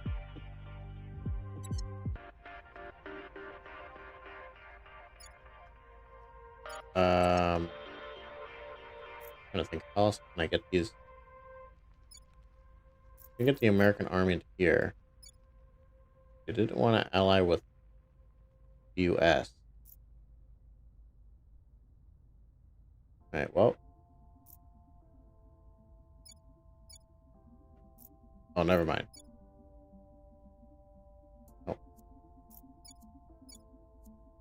Oh, never mind. It's shown down. I thought I selected this. I'm like, no, I don't want to select them there. I want the American army. They're in the 7th of June. Where else? Romania, Ukraine, Sudan. We're having Sudan handled by the Russian army. Romanian are going to be handled by the American army. Vietnam handled by Kirk. It just leaves Ukraine. I can't do nothing about Ukraine because they don't want to be allied with the US, and they're my only army. I mean, besides Russia, they didn't want to ally with Russia. Or no, they're allied with Russia. I just can't get the army through them because we don't have access through Belarus. But I haven't tried the EU, which I was gonna just try now. Which, no. Oh, there goes that. I don't think I have any other nation that has an army. Oh, Japan has an army. That's right, but they don't have a navy yet. And I don't think it's worth investing into that navy yet. We're gonna let this little life form flourish in Ukraine. Sadly. But it's just how it is.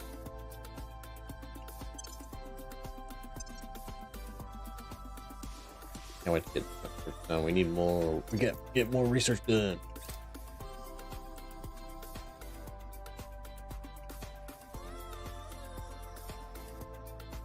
Surveillance complete. Surveillance complete. Henry's at 25. Nice job. I probably invested too much exploration. Complete. Oh, Rainer though, you're at 11. Not able to heavy visual fire. All right. The situation remains chaotic. Gotta hate those kind of rolls. No, you're not dealing with stability anymore. There. You attack that Xenoflora. Xenoflorus. Do the ends justify the means? Yes. Yes to do. In this case. Because we're fighting aliens. Alright. Let me get set up. me. Henry and Kirk are locked in disagreement over our methods.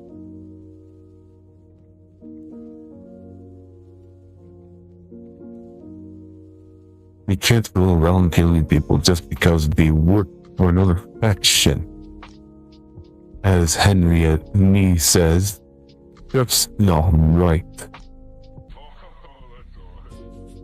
Me, Kurt, is incredulous. Not right. What kind of ivory tower are you moving in, Henry? The fate of humanity is in our hand. Putting us on the right path. justifies whatever it means he decide to take you. So, I see all this, but I'm the one who's also be putting stuff in my own pockets from the stuff that we do. Yeah, isn't Kirk like stealing from countries too while he's doing his job? But, you know, whatever. This guy's doing what he needs to be done.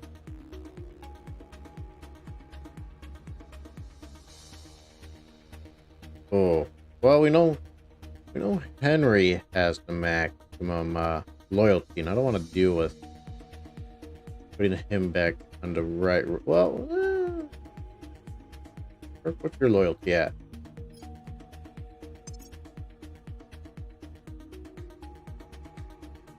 He's at 8. He's supposedly at 18. Have him be at 21.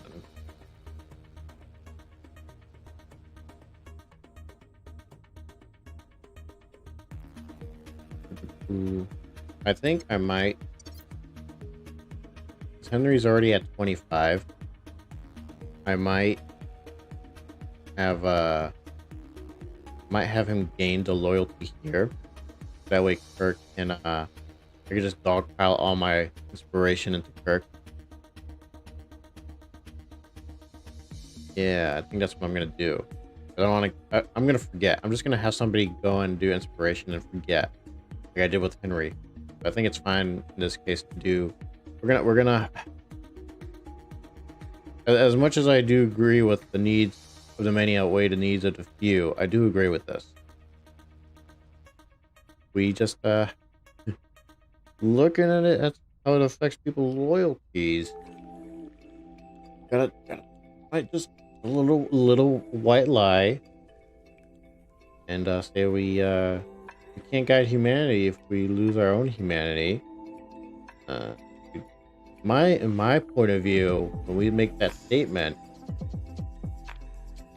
murdering other humans, it's not that far from being humans, right? I mean, right?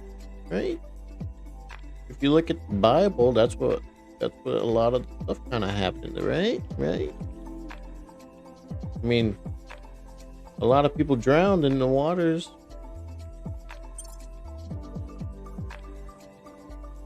Policy direction complete. Wait. Oh, did I go through all the warheads already in Russia? Oh, I sure did. I thought I still had like 1 or 2. Okay.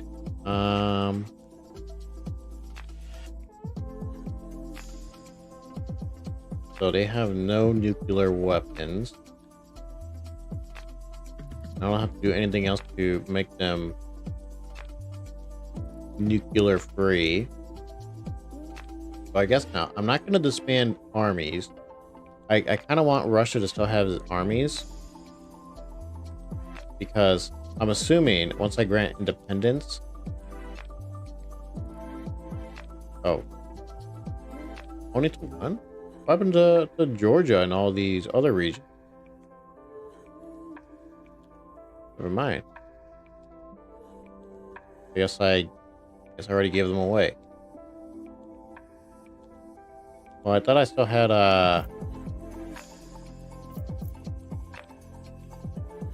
Oh, I gave them to the European Union. They had a claim on this?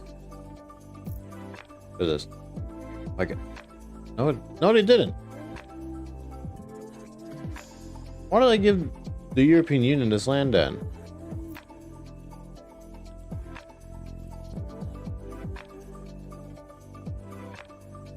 Well, what's done is done now. I guess we're gonna give them Tajikistan. Tajikistan. There you go. Release Tajikistan. Wrapping up here.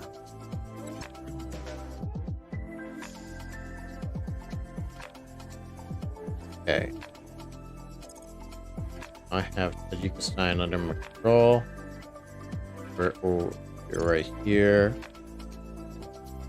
we're just gonna go ahead and abandon the nation. Okay, so we mostly broken up Russia. Did I never research?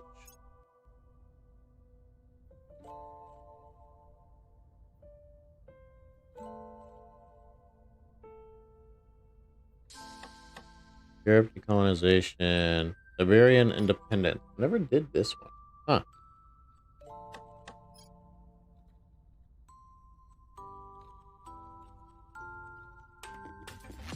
I should make that a priority. But I don't want to hold on to Russia any longer than I need to. We're gonna... Well, we're almost done with skunk work. We'll do that next. We'll break this off. Because essentially it's going to be 1, 2, 3 chunks of land that Russia loses. I'd like to break them up even further, but that's going to require us to do more research. Oh, all vampires. That's going to be done in November.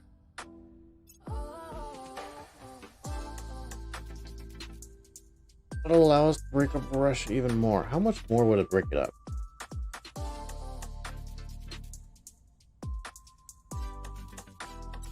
I'm looking, guess I gotta go into the tech tree.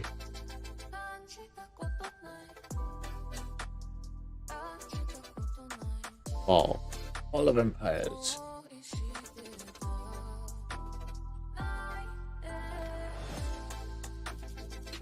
Evolution of Russia. Finland getting claim. Crimea gets a claim. Blah blah gets a claim. Blah blah blah gets a claim. Wow, it's just breaking up a lot of the land already. It's essentially just getting rid of Russia. Okay, I thought we were gonna have still like a little tiny piece of Russia, but it seems like it's still. Is it worth investing? I just want to get rid of what I hold in.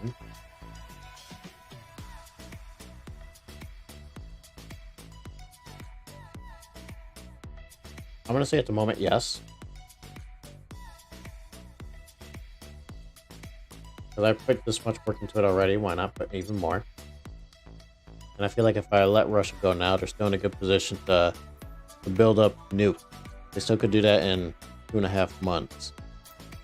I want to eliminate that option. This is probably going to bite me in the butt in the future, but right now it's just what we're doing.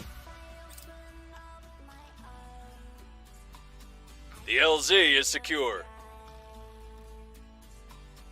We got rid of most of the alien Prepping life for the next here. mission. But there's still a little tiny bit left. We get skunk work. Go ahead and what am I looking for next? There we go. Siberian independence. I think that's the only thing I want. I don't think there's anything else. I'm not breaking up Japan or any other country. Maybe Pakistan. For now, for sure, Siberia.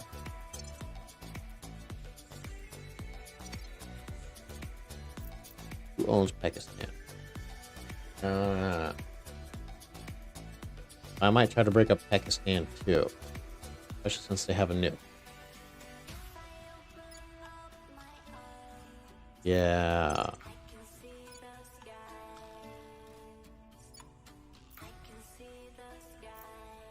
Alright, but once we're done with Russia, we're going to go into Pakistan.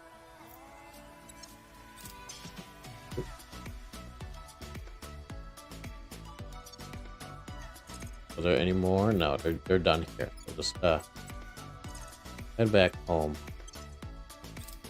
Good job, Russian army.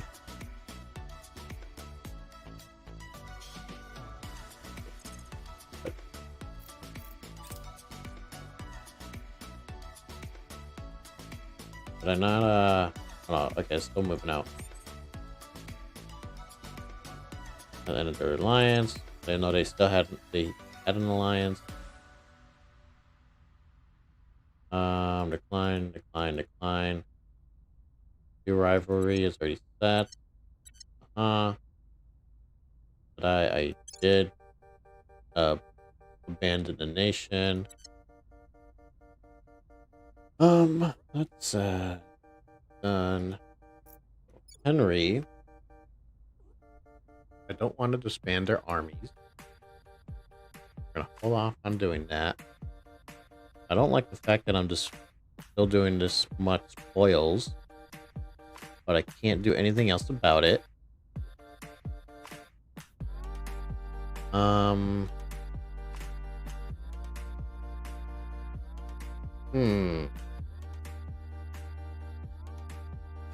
mean, Siberia is gonna come off soon, so what can I do research wise? Doing this, Siberian independence. Gas Concord, I can't forget that. I gotta start building.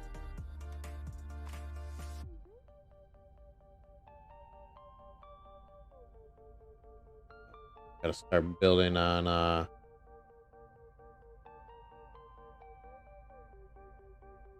my space stuff. Measures, self-driving.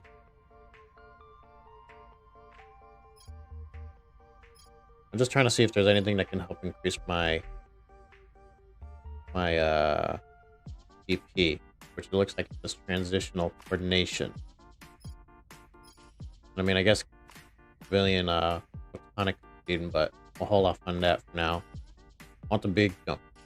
Big jump to it.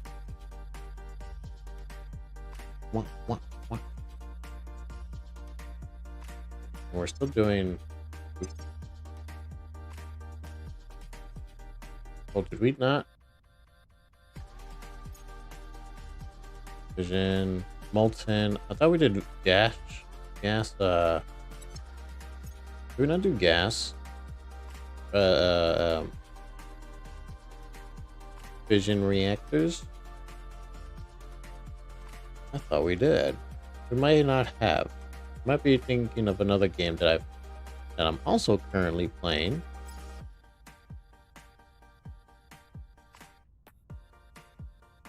Which is no, we did it. I guess I didn't do the tech for it, nor I don't think I ever got the tech for it. Maybe I did. I just don't remember. Or I just don't remember.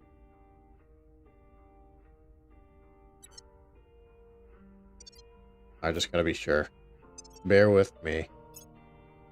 Bear with me. Yeah, no, we never did it. We never got the tech for it. So I think I don't want to do molten core. Although I don't know how bad it is compared to gaseous. We'll see. Your orders. We need to start inspiring Standing by for orders. Raynar. So Henry, you got a job to do with Raynar. I'll ensure their loyalty. Standing by. Husaid, Standing by for orders. you gotta start inspiring Raynar as well. Standing by for orders. Wait. Acknowledged. Inspire Raynar. I'll ensure their loyalty. Where do you need me? In the meantime, Raynar, we're gonna have you. Let's see. I'm waiting for the aliens to come kick my butt still. So I don't want to do anything to make them more angry at me. So I guess right now I'll just have Raynar make contact with other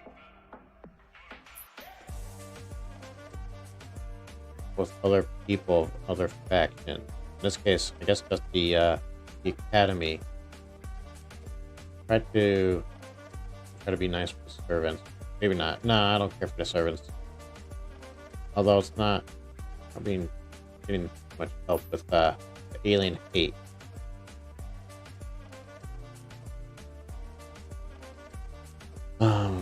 Yeah.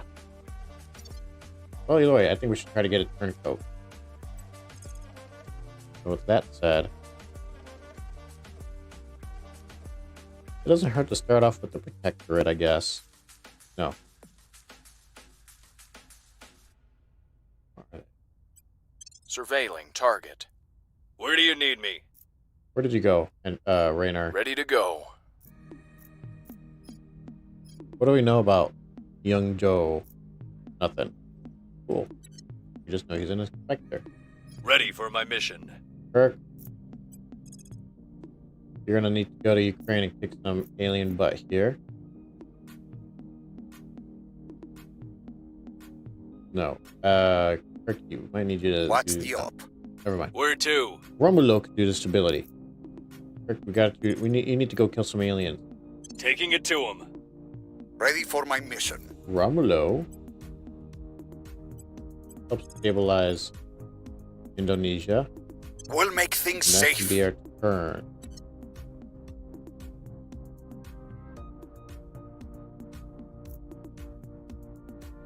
And okay. Just to be sure, I just need to do a weapon system and some marine. I can do the marines. I think I'm gonna do them after I do the Siberian Independence Movement. Or whichever one finishes first, which looks like it's gonna be the Siberian Independence Movement. Before I forget too, I got Skunk Works unlocked. I can start building on start building them out. This is a light laser point defense, laser point defense. Okay. This is Xenolab. This is Xenolab. Go ahead.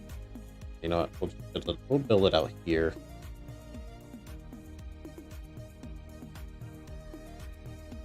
Point defense array.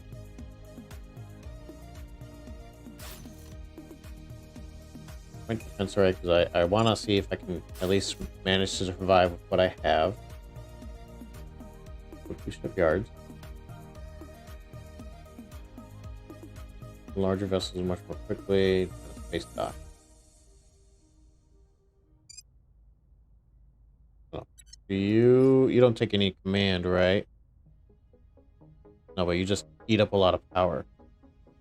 I don't know if I want you to have that. I think I can build anywhere else. In this case, 40, 80, 10, 20, 30, 40. Okay. What does it show that I'm at negative 20? Power produced, power consumed. 40. Might as well get our... Looks like I was doing Xeno stuff out here.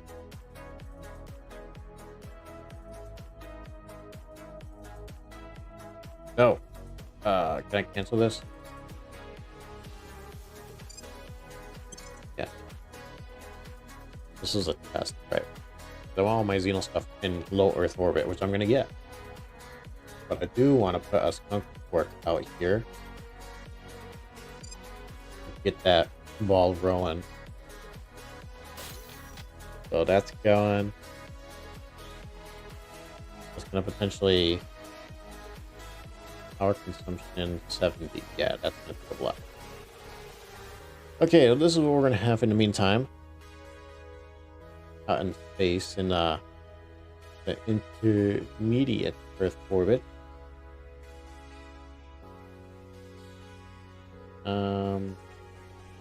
Yeah.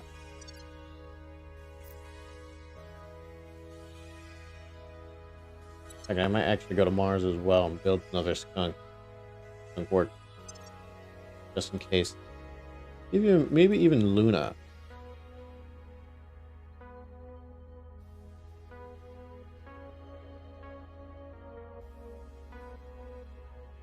May not even be worth it.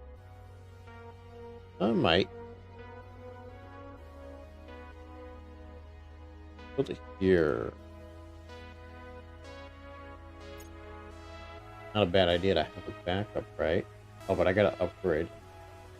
I gotta upgrade the settlement module, and I don't want to do that on the moon. Never mind, we're gonna go to Mars.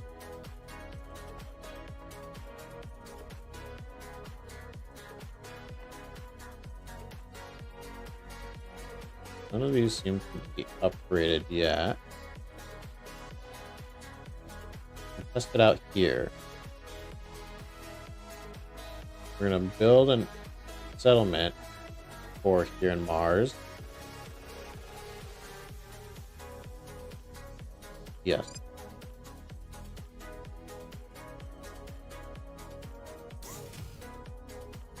Yeah, we have the MC for it. And we're gonna build a skunk works out there, but I already have a skunk works in the process in space. But this is just in case they blow it up. Oh. I think we had a breakthrough. Alright, you're gonna just be permanently telling Rainer he's a good boy. I think we had a breakthrough. You too, for Saeed. So Mission right now in progress. That loyalty. Oh, here we go. Vapor though. Nah. Oh. Vapor leads into gas core. I thought it was gas core on its own. Got you. Either way, this is probably going to be our first one then. What am I going to click OK? Yeah, he's at 11. I'm just going to keep pumping him up. Person of interest surveilled. And we have somebody for the protectorate that we're investigating. We're going to keep that.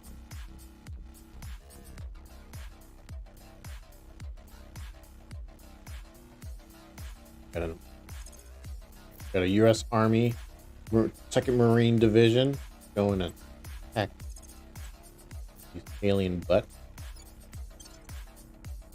Violence is abating. Good job. All right, so we don't have to worry about Indonesia anymore. Just have a lot of other places in the world to lower the rest Dr. for. means is that he has convinced atoms to emulate a Spartan phalanx. Just as those ancient warriors locked their shields together to protect one another, these atoms combine into unbreakable armor. Colonel Hans Castillo, touring a classified R&D facility in Tierra del Fuego. I like how I like his analogy for this. It's actually a pretty good way to think of it. Because you are rearranging atoms in the new formation. It's pretty cool. Atomic manipulation was conceived as far back as 1989 when a major computer firm successfully spelled out its own name in atoms using a scanning tunneling microscope, STM, of particular interest to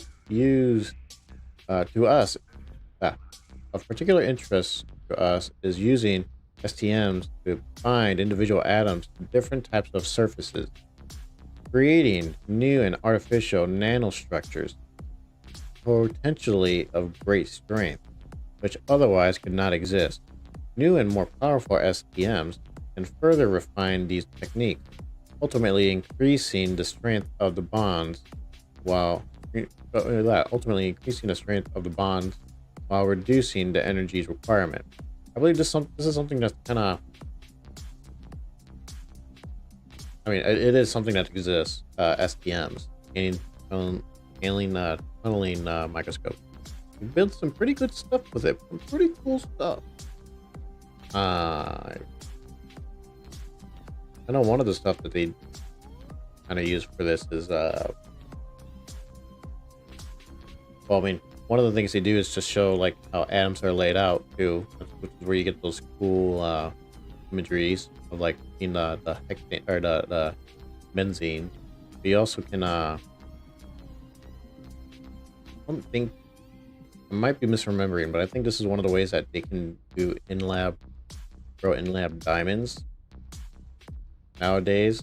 I know there's multiple ways to do grow your own diamonds in the lab, and I think this is one of them. Yeah, it's pretty cool. So advanced atomic manipulation, so we can do quantum computing afterwards. But we didn't. Oh, never mind. Exodus did that. They selected it. Good. Yeah, we're just gonna get interplanetary missions this year, this month. I thought it was gonna be 2029. We're gonna get it a lot sooner than I thought. I should have. Oh, we got enough boost. I'm not too worried about. Maybe not enough MC because I'm gonna try to break up Russia. But one thing at a time. That said, I might start moving more investments from the US into MC. And then we're starting in Mexico though. That's a progress. It's a process. Once we get rid of Russia, then it will lose MC, but I think it'll also help us gain a little bit more. We'll get a net, maybe not a net positive, but it'll be a better world, I think, where I have more MC than in a secure Score position. one for the good guys. Good job, Kirk.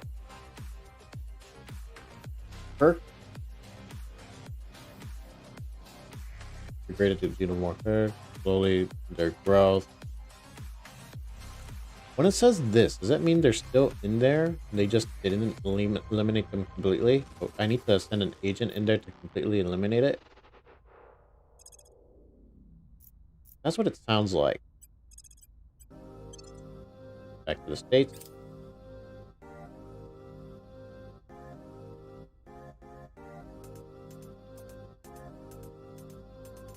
Which makes it, if that's the case, like if the army doesn't eliminate them completely, it sounds like we need to. It might be a safer bet to have the agent go and deal with those alien stuff. That's bad. Reporting in.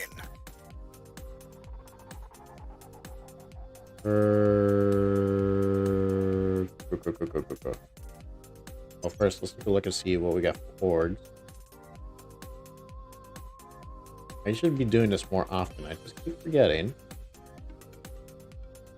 People are gonna get angry about the level up, but I'm holding them off so I can get rid of some admin hogging board.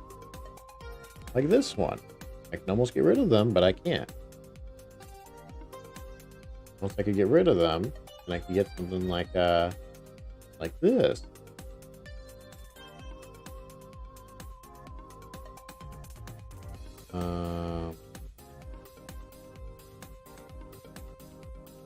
Offroad would be nice. I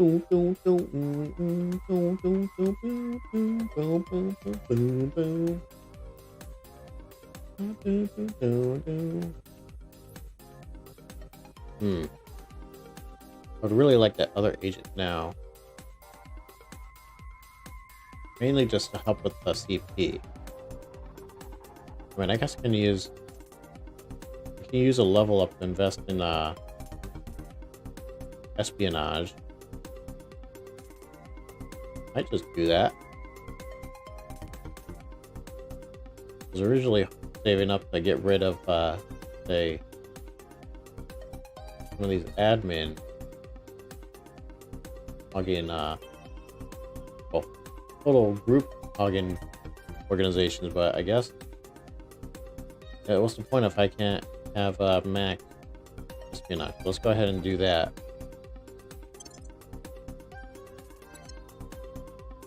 Okay, so yes, Mac. Romulo is now our espionage person.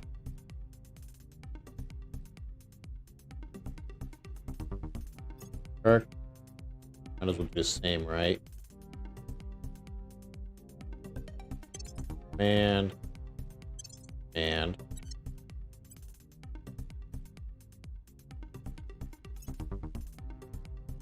persuasion and persuasion. Okay, so Rainer is full. So I definitely want to get rid of some orgs here. Can't do it yet. Once he gets to 60, then I'll be able to take out somebody's board.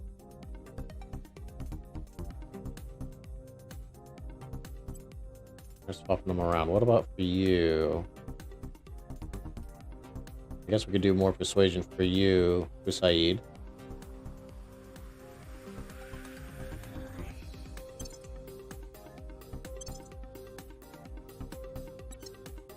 Okay, now I got the level ups mostly done.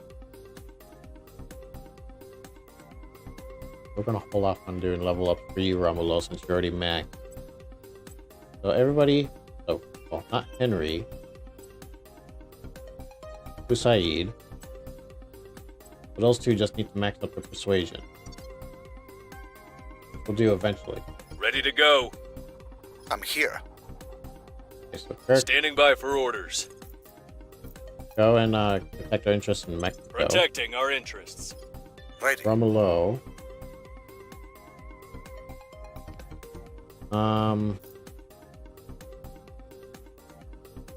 I guess look around over here for that last bit of alien goo. Eyes up. Oh no, wait, that was in Ukraine. Initiating surveillance. And I think that'll be it. No inspiring. What's the op? At your service. We can't turn co yet. Okay. Let's continue. Yeah, let's continue. I believe they'll stay loyal to the cause. Securing our control. Initiating recon. Did Fusaid fail? Oh, great, mission didn't kick off yet.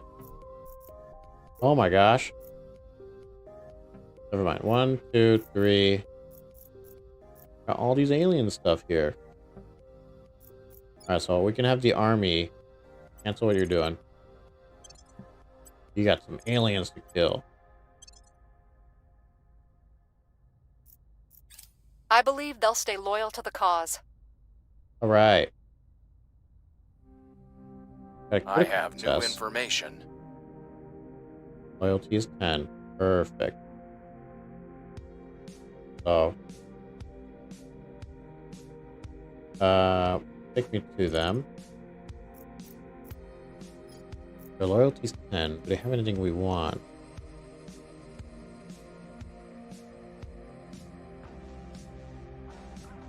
There's stuff that oh.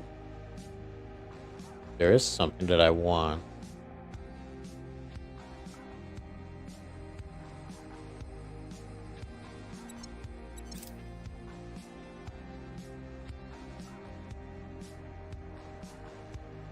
Alright, Bavarian independence done. Russia's gonna get a bit smaller now.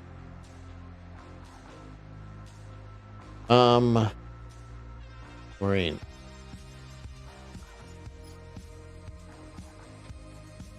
We can start stealing some workplaces out in space. Yeah. Yeah, okay. Still doing good in here. Still doing good research. Ooh, barely pulling ahead of the initiative here. Am I okay with that? I think so. What I think I don't want is the servants pulling up ahead of me here. Although I guess that's okay. I guess I don't care as long as I have at least one. Especially now that the way that AI invests in research, I kind of don't care as long as I have one that I can pick from.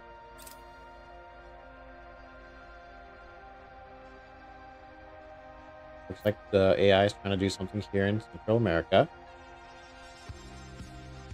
Looks like Good job. They slowed their growth.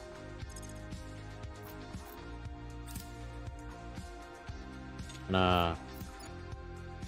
Oh, you sure can. So just in case, I'm gonna have another army. Another US army. Have the 1st Infantry Division come over here. Go into Romania. Just to see if we can just in case we have to kill any more alien stuff.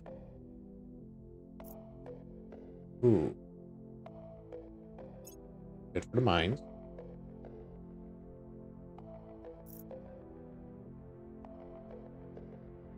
Okay, that's not where you're getting to where we want you to go. Brought in the Benelux. Good job. Good job. Okay. Are you?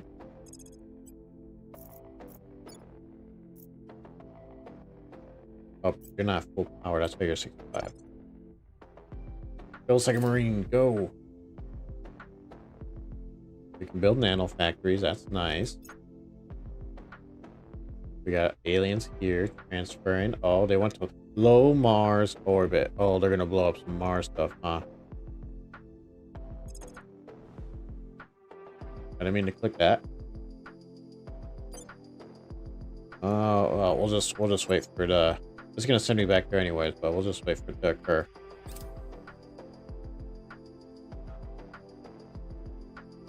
Toronto. Oh, you're just taking a long way around.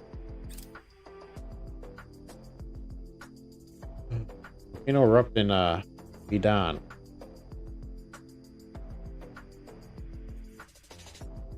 Aerosols increased by 0.01, causes major damage to the economy in Medan. Who's that? Here? Here? Here. I don't think Medan is where like the majority of their population. I mean, there's a decent amount still, but not the majority. Cool. That's a dodo. I don't know how else it affects. Besides lowering the global GDP. Oh.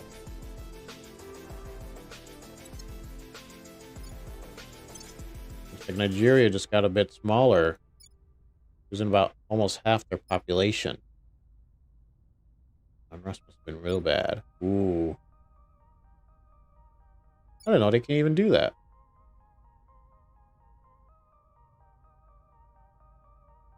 Well, probably tired of all the spoils that, well, they weren't doing spoils, but still. Ooh, they weren't doing a good job.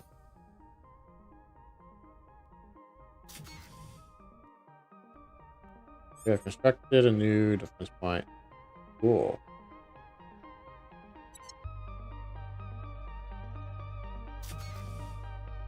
Defense point done. I think I was building anything out here besides Skunk Works, and that's not going to be done until August.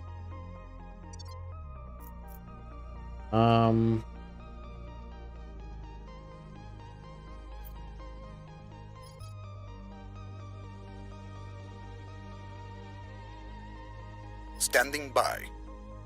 Guess for now, Romulo, investigate, Kirk, Raynor.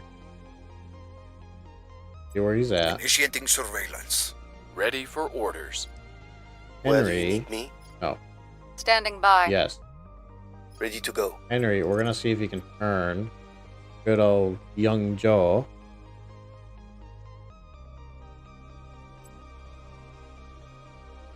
Reeling them in. And you know what? In fact, we're gonna ready. Might double our chances. We'll see. Ready for my mission. I'm here. You got some aliens to come over here and kill. We go and do it in Ukraine. Heading to the LZ. Reporting in. Ukraine. Rainer, I think I'll have you do another and surveillance location, and I'll make sure I just got rid of all the alien stuff here. Where do you need me? I don't know if I should have you do doubly the turncoat. We'll just leave it. We'll just leave it.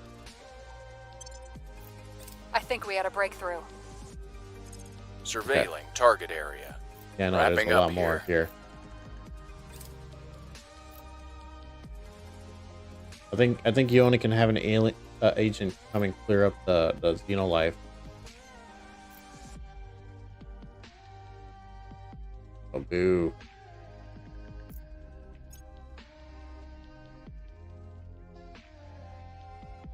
Oh, we got some nano armor. We're working on bringing Vapor Core next.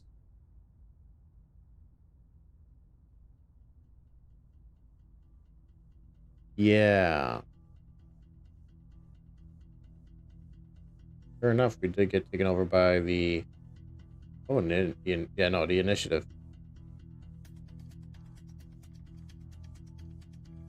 Yeah, I don't care. I don't care. We've got some intel on our target.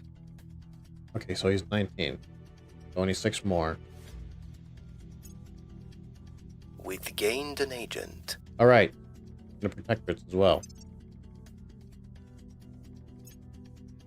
Just a quick gander. Word and text. You're working on heavy fission piles, graphene batteries. What's their objective? Contact the alien. Okay. Nothing too worrisome yet. What about their operatives? How are they looking? Word. Oh, they're in America. They're trying to get into America. No can do. I don't think you're going to be popular enough. Oh, they're trying to get popularity.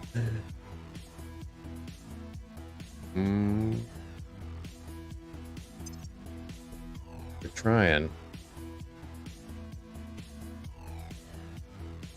I'm gonna go for America and for Emily, where are you? Let me know what to do. Oh, first off, before I forget. You're just okay, so you're just doing stuff. Okay. Even against the servants, I don't mind that.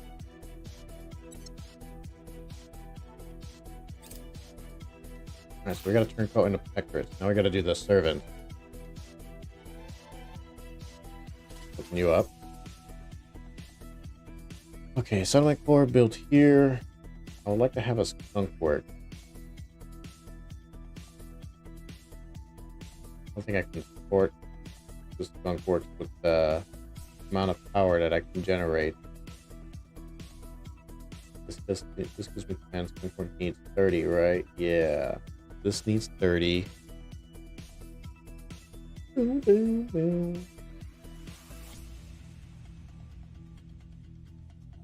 Alright, doesn't even give me here what I need. So yeah, we just need fission. I built this preemptively, thinking that I had something to give me the power for the skunk work, but it doesn't seem so.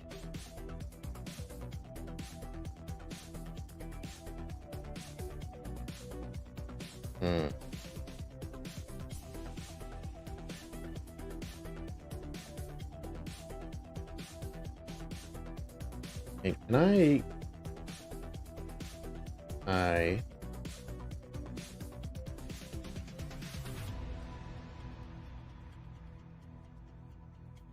can I build skunkworks and just keep it off? I don't want to chance it. I probably can, but I don't want to chance it just in case it goes off my mining efforts. I'll wait until I have the capabilities to compensate it for power.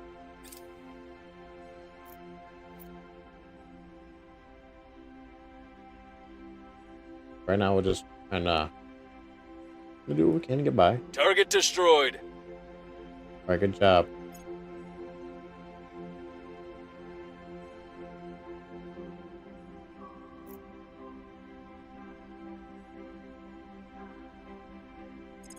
You're just cool.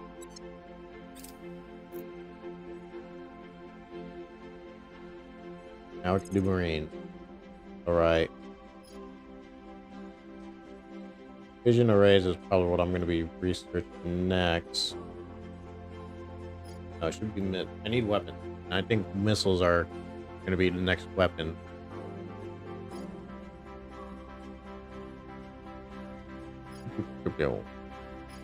And point defense lasers make sense too.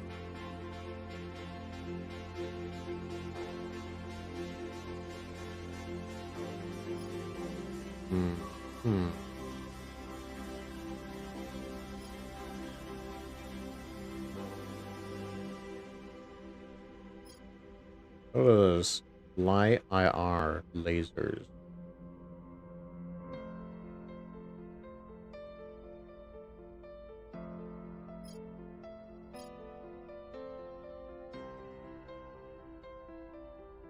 Let's see, Copperhead does 30. I'm trying to, let's see. There's so many missiles. I don't know which is a good one. Copperhead doesn't give you a lot of ammo. Gotta find something that meets in the middle ground. Rattlers do defensive fires if needed. And they have a lot. Might be something I pick.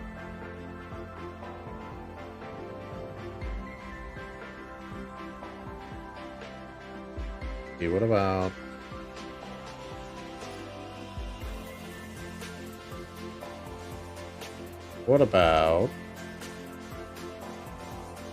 Vipers? Nah.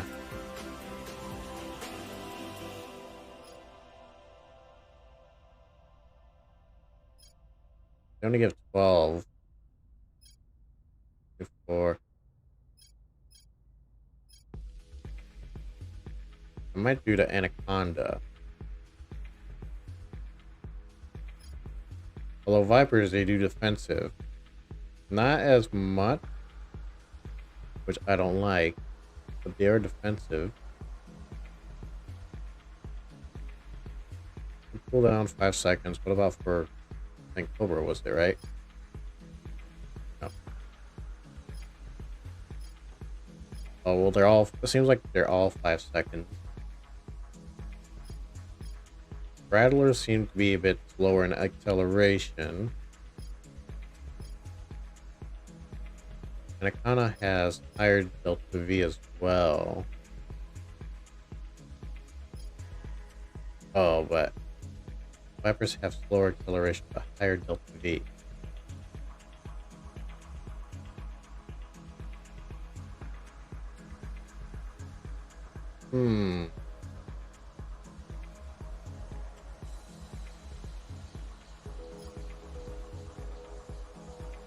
Might do Vipers. Just because they can, seems like they can do defensive fires. Not a lot of ammo, which I don't like, but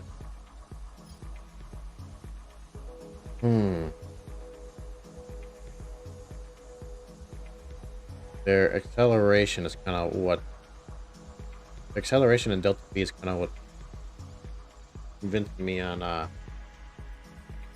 switching to them.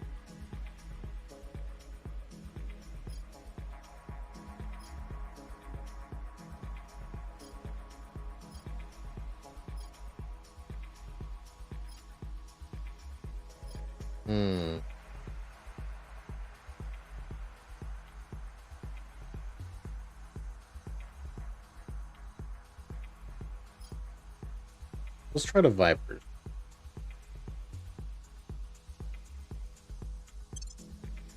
We're getting our weapons down.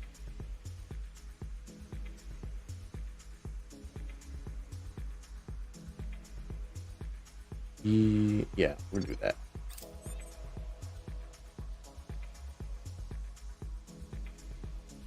Hey, I think I'm gonna have them up pushing these alerts.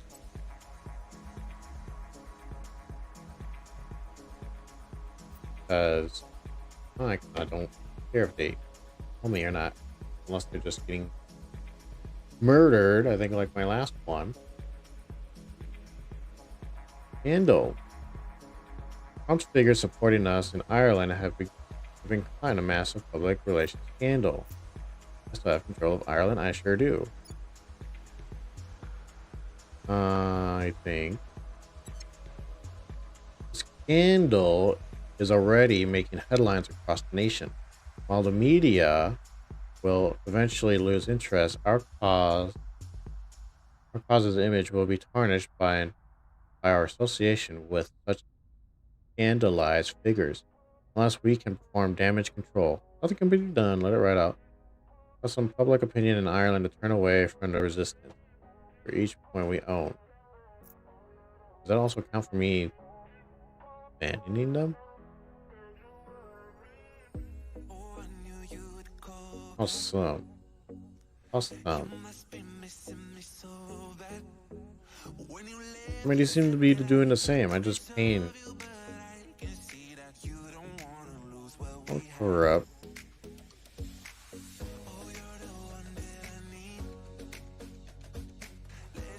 Republican Ireland away from the.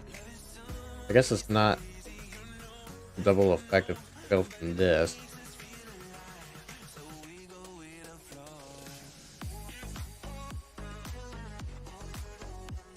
I guess we'll just have them resign. It seems like this might be giving me less of a public loss. Like it doesn't matter either way.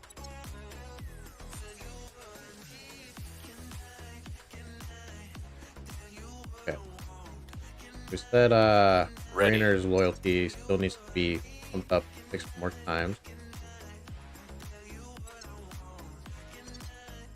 Ugh.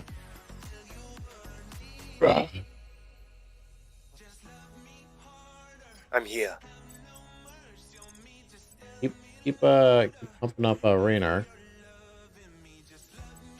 I'll speak to them. Acknowledged. You do it. You're still doing Ready Rainer, to go. right? Yeah. Keep doing service and raising his morale. Your orders? Kirk, I know you're done stuff. Where to? Might have Romulo take over in the meantime. And Cairo now. Dan, Cairo. I have. These are servant controlled lands too. They won't. Well, never mind. Egypt seems to be allied with the U.S. So we might. I'm sending a lot of armies out, but they can help deal with these alien menaces. And I think it's well worth it. Kirk. I think I was gonna have you do roll here. Oh wait. We definitely still control Russia. Different interests in Russia. Securing our interests. Ready for your orders. Where to? Rainer, I think I might have you do. What's the up?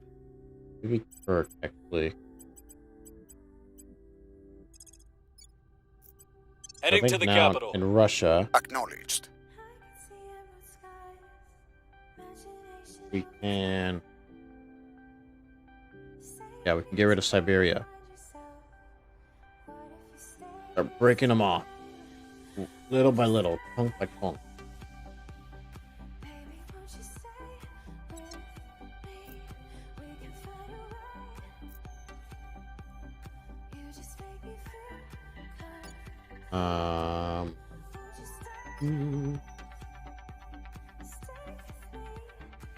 I'm here. Your orders? Henry and securing our control. Rainer for this At your turn. service. I'm here. Standing by. What's the up? So I can have some. Ready to go. What am I thinking? We're gonna need to find. Okay. Oh no, we're gonna continue on trying to find a turn. I'm gonna turn in the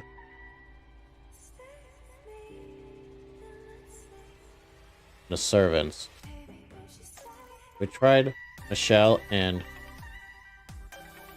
Huey. Their names ring a bell because we keep seeing them. Let's keep trying to look around for Tracking target. Ready for your orders. At your service. Saeed, we're gonna have you defend interest in Protecting our East interests. Africa. Acknowledged. And Rainer or Ramulo. I guess keep I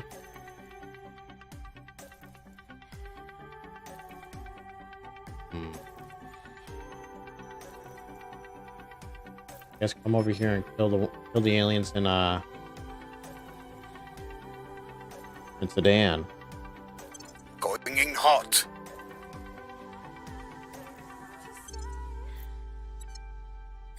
Protecting our interests. I think actually I forgot to do that. I can start making Prepping for next mission. spacecraft. I don't really have a power plant, but I'm not too a lot of weight.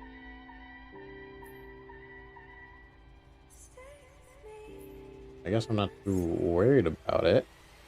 Let's see. I just really need something to go around Earth's orbit and just start taking stuff over. I think we're gonna want to at least see. Oh, let's work on the other stuff first, just to get an idea. Have nanotube armors, which can lighten stuff up. We're just having them there just to be there. We're not really going to add anything to them. This is just going to be a troop transport. I'm going to throw in the battery, radiators,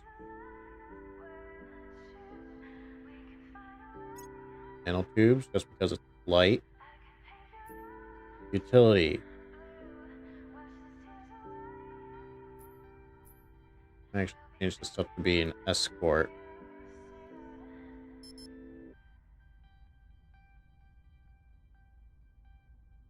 Just because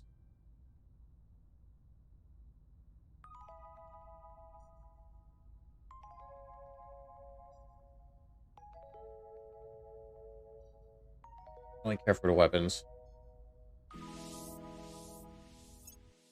and missiles for this, just because I want the Marines, because I need them there to kick some butt.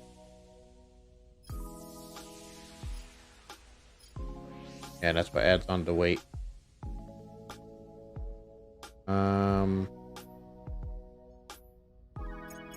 We'll do nanotubes. Do want. Let's do that for the engine. Fuel cell. We'll do fuel cells. We'll do lithium ion. Radiator. Nanotubes. And just need a drive now.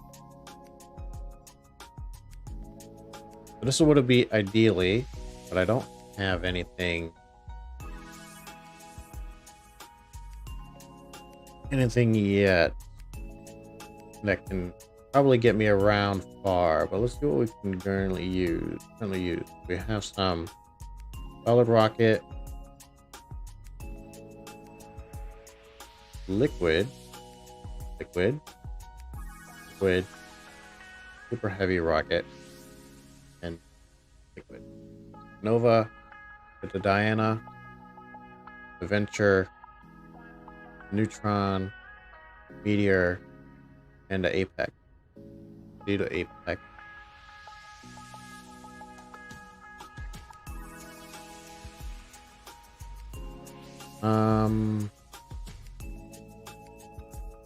Definitely high thrust. exhaust velocity is pretty bad. Same for here. I'm not really looking much for combat thrust. A lot of these seem to give a lot of. I'm looking more for... I believe what I'm looking more for is just thrust or exhaust velocity.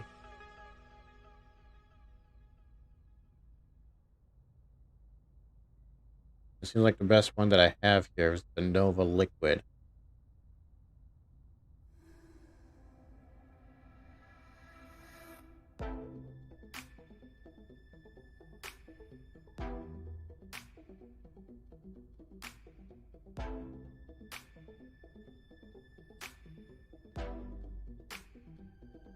Yeah, let's try for the Nova Liquid.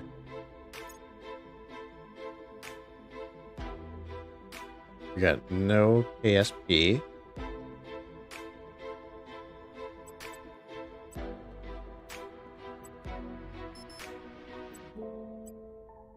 We're gonna max out the engines.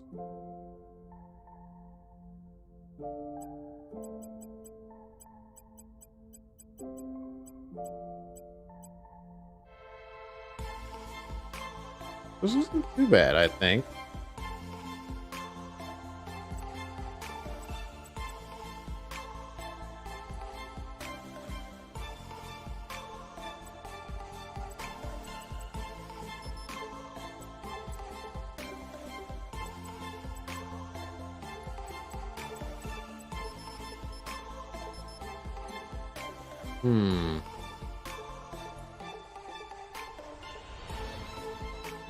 Well, the real goal for this is just to go around Earth orbit and allow me to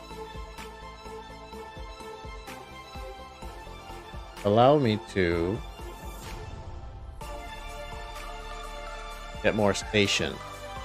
So I think 5.8 KSPs should be enough for me just to dance around the Earth's orbit.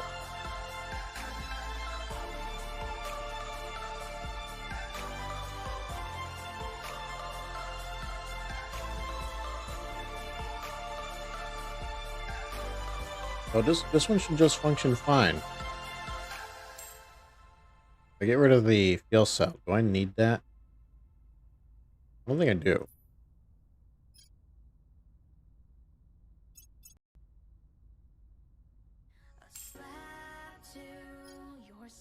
Fuel cells consumes hydrogen and oxygen.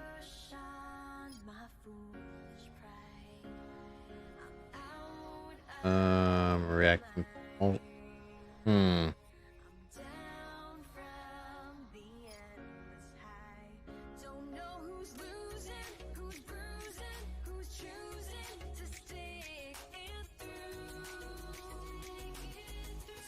Power and are recharged by solar arrays. Oh, I see. So these aren't like...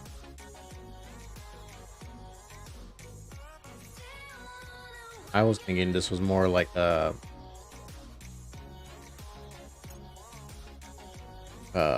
what's the word? Like a combustion kind of a fuel cell system. No. Not. Either way though, I think I still need it. But this would be something I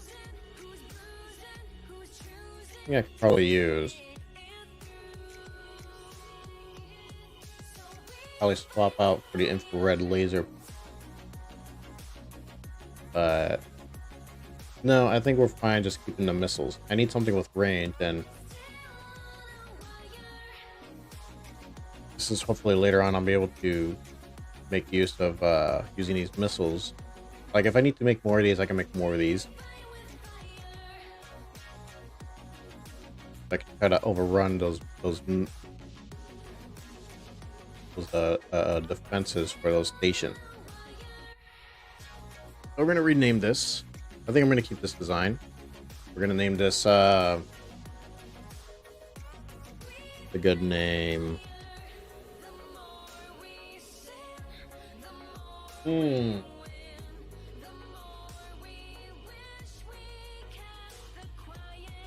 I've never been good at coming up with decent names.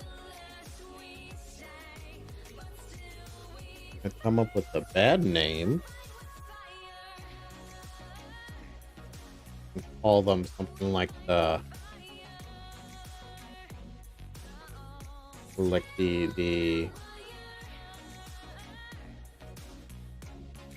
I mean, I don't want to do something simple like the La Resistance. That just seems too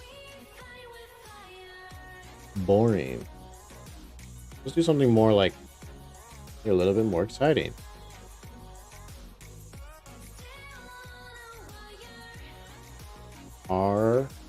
No.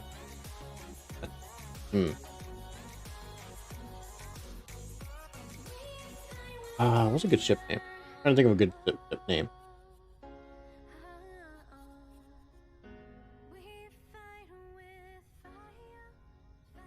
I guess.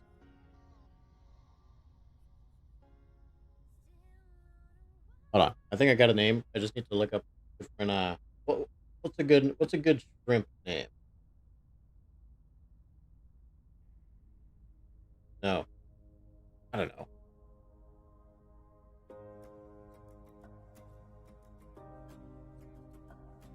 Well,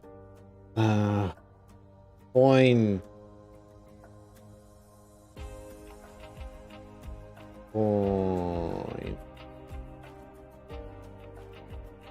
purse. No. The only reason I'm thinking of that is because, like, as soon as they open up, you're just gonna have a bunch of these little tiny Marines come out of them. And since they're human lives, I gotta put Valiant on them. Told you it's not good. Troop carrier.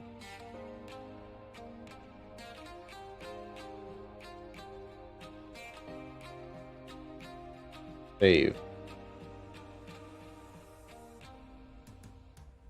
What images are we at? I kind of like that one. Save. Wait. Ship design lack sufficient Delta V for almost any transfer may only be used to defend space station. Yes. Okay. We have a coin first class. Build some. So maybe not an intermediate, but I can do low Earth orbit. Conferable Junior. We're gonna build up a few of these. 3, I guess, is a good does it build 3 at a time or 3? Do this. Why? There we go.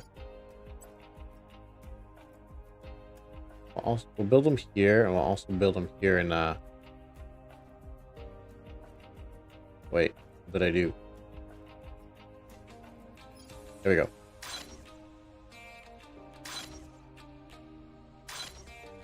go. We'll build 4 just so I can help speed up our conquering of the stars. And I mean, if they don't make it for me to loot the Furball Station, then I just made a bad design. We'll just learn from that mistake. I really need these guys to for any resource lacking. This may increase build time. I just need something to go around and conquer other stations. All right, we're building our first fleet, our first little transporter ship. So get the job done. Making things safe for our people.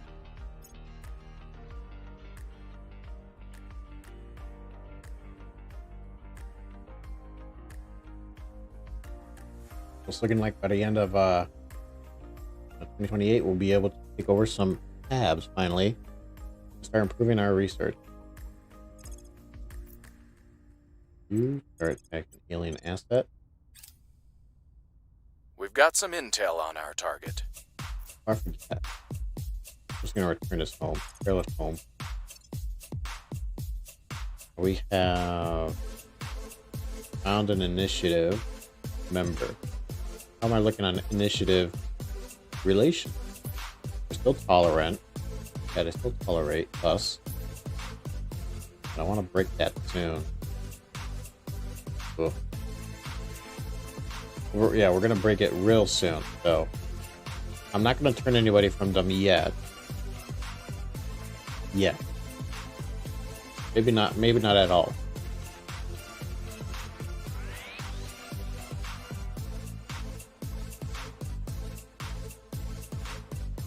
Boom, boom, boom, boom, boom, boom, boom, boom, boom, boom, boom.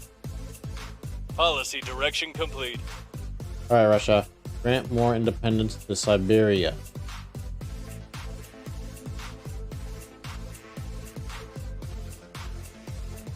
Close.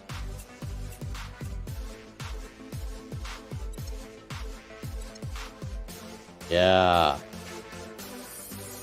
Yeah, although it didn't really shrink our EP by that much. Oh, because I'm filling it. Right. Yeah, so let's see. Anything else I can do here in Russia? Or the Central Federation. Gonna hold off on that. I'm also going to... I feel like breaking Russia apart is kind of helping it in a weird way.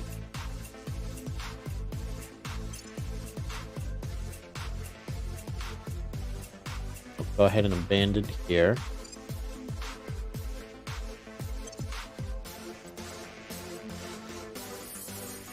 And yeah.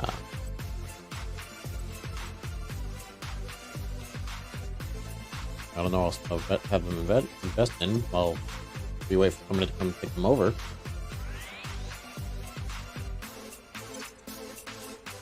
Yeah, that doesn't matter. Back blessed into unity. Come on, people. Don't you like this? You want this land? It's nice and free. That said, I don't have to keep spoiling anymore because I'm under my CP limit now in Russia.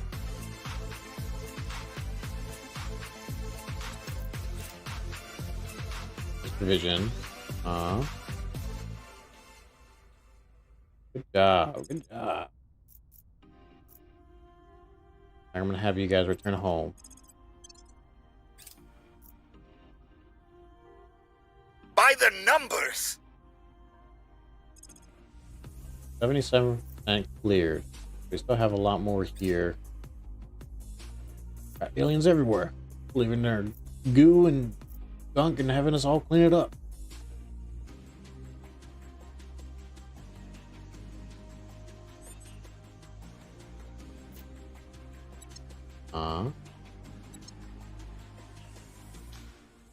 Acknowledged. Henry. Go back to improving. I'll make sure they're on our side. Reporting in. Improving Rainer's loyalty along with I'll make sure Saeed. they're on our side. What's the op? Kirk. I'm here. Kirk.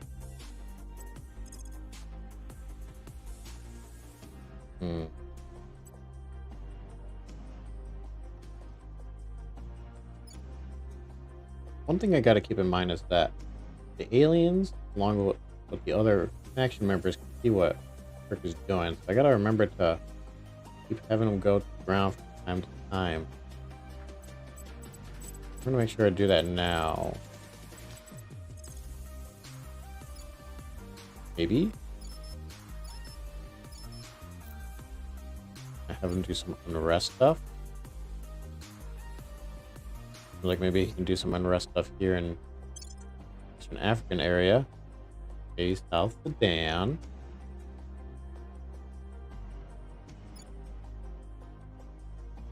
Yeah. Restoring order. Ready for my mission. Now, Romulo, I can have you go ahead and just murder stuff. Romulo's actually getting to become a decent command person. Heading to the LZ. Acknowledged. And Raynor, still looking for a servant.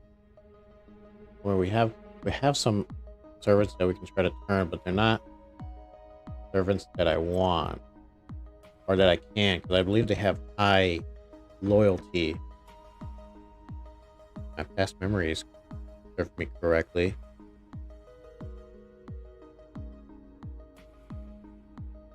Ryan. We'll see what they're up to. Try to convert. Let's try to find another member. I think we had a breakthrough. You're going to be doing this 2 more times, I believe. I believe they'll stay loyal to the cause. Same for you, Saeed. Never be afraid to burn, for it is only within that fiery crucible that our true selves are forged. Superior Judith Howell, Burn Brighter Self-Improvement Course. Oh, Judith. Spoken like a true mad person. Full colonization of the inner world of our solar system must remain a pipe dream, for neither the alternating... Wait, hold on. Full colonization of the inner world of our solar system must remain a pipe dream, for neither the alternating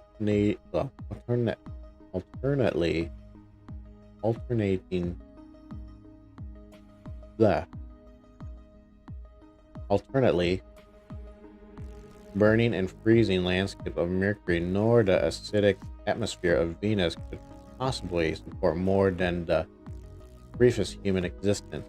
However, there is some hope for limited settlement in permanently shadowed craters which litter Mercury's poles, which we believe also contain copious amounts of frozen water. No. Really? Huh. But the true gain in enabling our fleet to reach the sun closest planet would be its sheer abundance of resources. Some 70% of Mercury is composed of metal. As for Venus, though its poison air and extreme heat would annihilate any life foolish enough to land upon it, in other respects, it is Earth's closest twin. As such, it could theoretically provide vast amounts of carbon, nitrogen, and oxygen for the construction and maintenance of nearby space stations. Venus is also a rich source of deuterium, potential fusion fuel. All of these will surely be necessary if we are to defend our home systems from any threats like aliens, which may arise, and to expand further outward. Alright. Now I can send probes and construction hubs to Venus and Mercury. Ooh.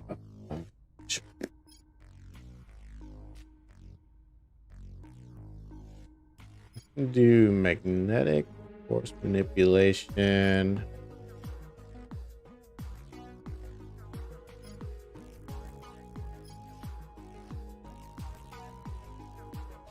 I believe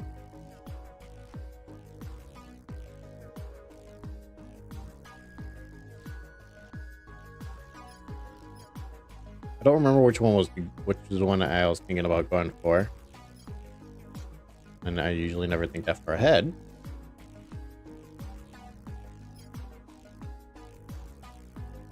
When I'm starting to build up space units, I also think about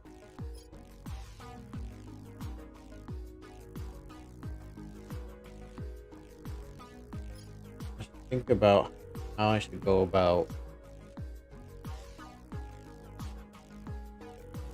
fighting the aliens in space.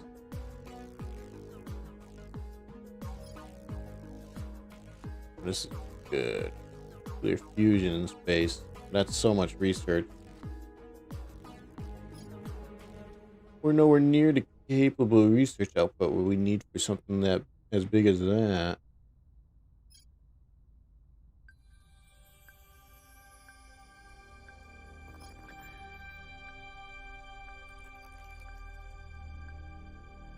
I think I'm gonna do arrival log. I think one of these gives me more CP. Probably thinking about it not the way I should. I just want to make sure covert ops. Nothing else needs to be researched for that one, right? Besides researching it itself. Oh, quantum entanglement. It looks like everything else should be good besides quantum entanglement.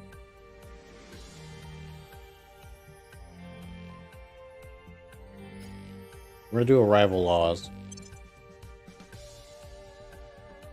Arrival laws next. At medium. Looks like we're not gonna get this, so might as well just. Well, we're gonna get it in August. Pick that up. Just raise everything else.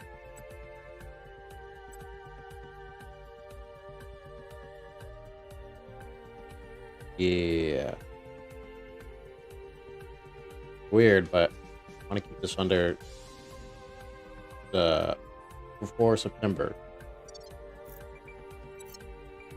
Not that it makes that much of an issue.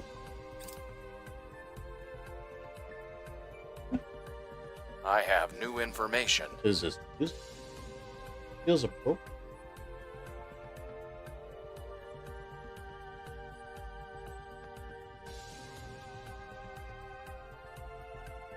Gotta remember, exit is.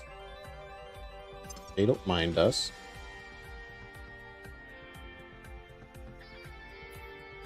Right? Yeah, no, they don't mind us. Oh wow, they take a lot of people. Oh, look at the CP capabilities. Oh, people are catching up to me. Everyone's are doing good. That's good. Everybody else is doing better. Let's continue on. Order is returning. Give it up.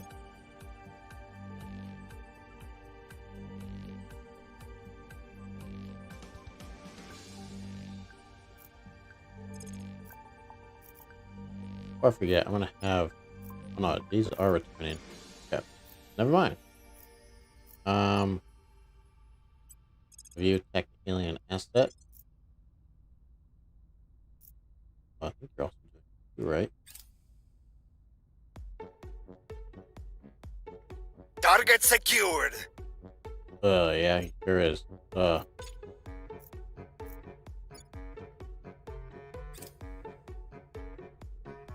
they still assaulting it?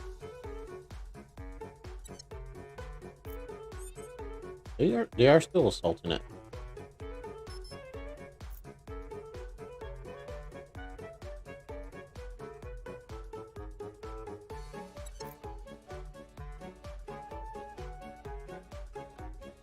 Okay, Ireland is giving you up.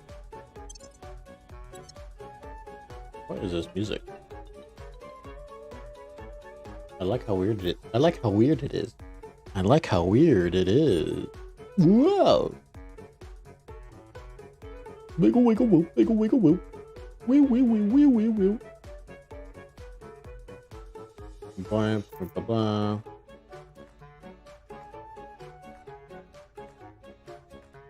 Okay, let's see.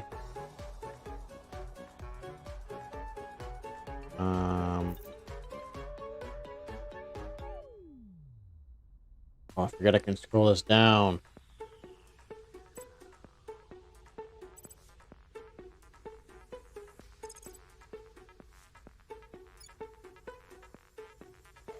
We'll restore peace to this nation. Ready for my mission.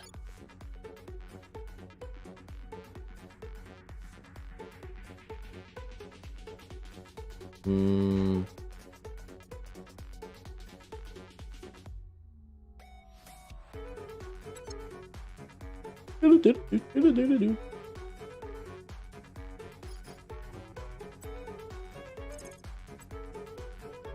me a servant. Give me a servant. Investigating target.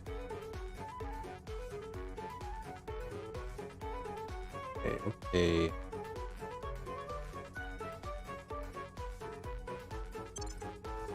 I believe they'll stay loyal to the cause. I think we had a breakthrough. Should be getting done soon. Okay, I think one more round of just Henry and what's her name doing it.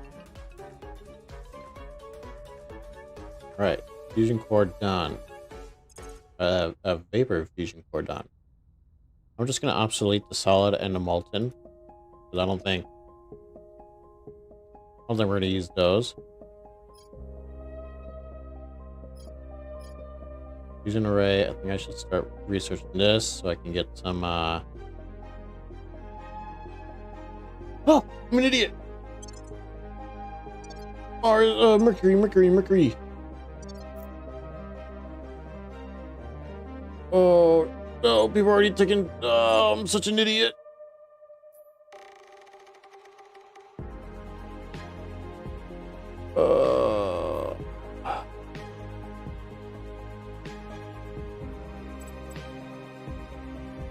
Well, let's... Can't send a probe here to Venus. That makes sense. Let's go ahead and...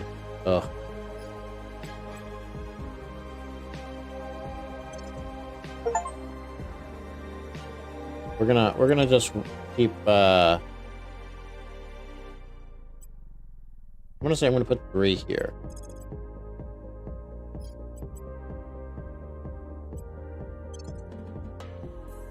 Now we'll do 2. 1 for fleet and 1 for research. For Mercury though, I can't believe I forgot to launch that probe. Other people are probably gonna take sites. Oh, I can't believe I forgot about Mercury.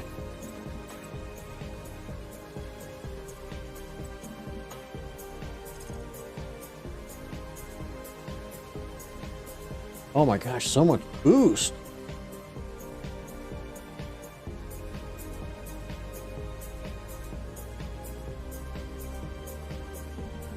$3.5.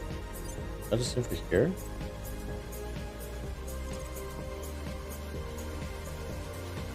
$1.1. A little bit closer, so I guess that makes sense. Wow. I don't think boost was going to cost that much for Mercury. Well, I do have a lot saved up, so... Well, why not?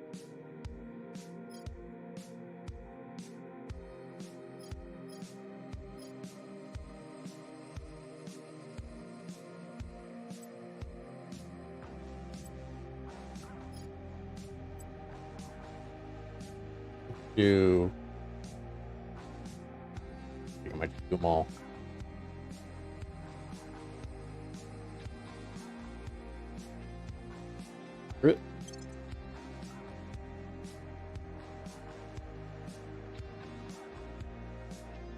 Okay.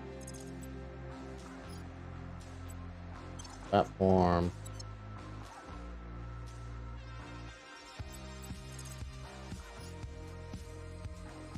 I should probably see.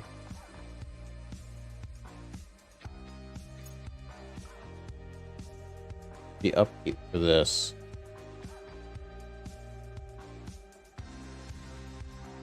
Monthly support. Okay, just $1. Wait, monthly support 400 was a 200.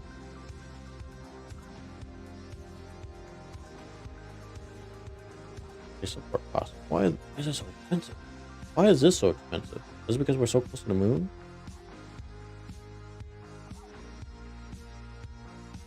Oh. Okay. I just have enough send a construction module.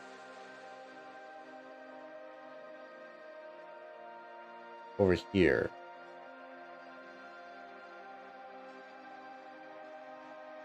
I should have taken that into account.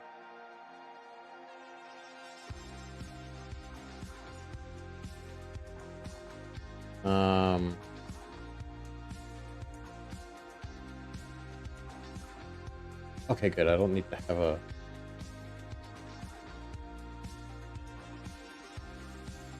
They're gonna... Well, no. Okay, I can build as much as I want of these structures, it seems.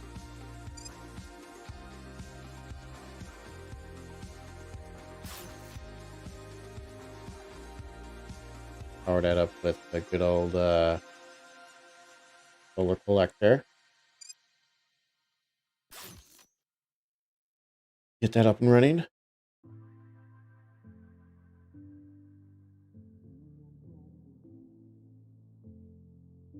Then Mercury. So I should still be fine. Just put in a lot of.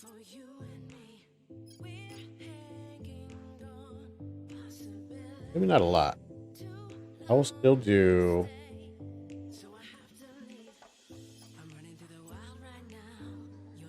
Do two.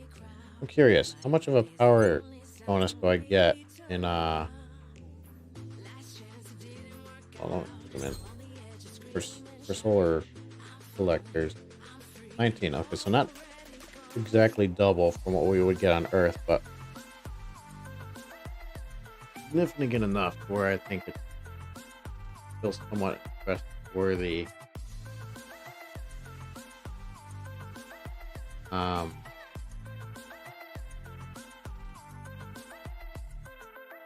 Maybe even put another station here. Not now, though. Mercury, I think, still takes precedence with how it's efficient with solar collectors.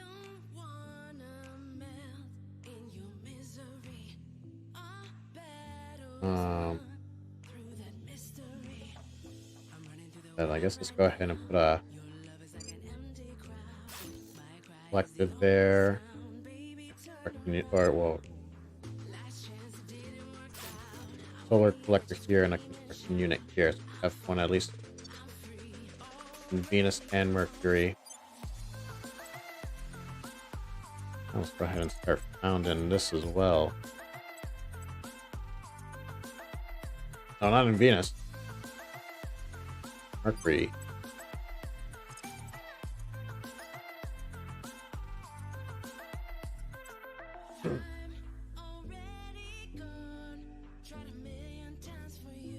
Yeah, I'm just kind of making this is what I want to do. It is. 1, 2, 3, 4, 5. Okay. So those are getting built and underway.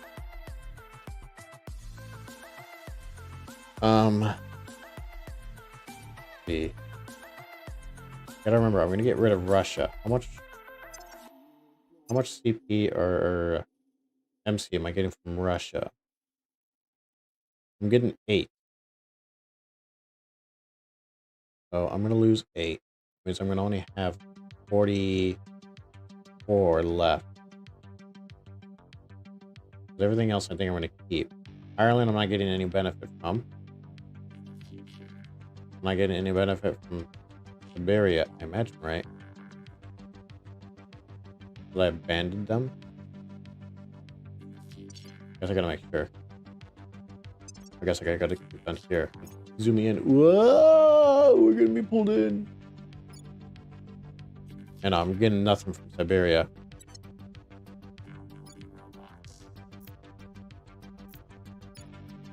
Yeah. I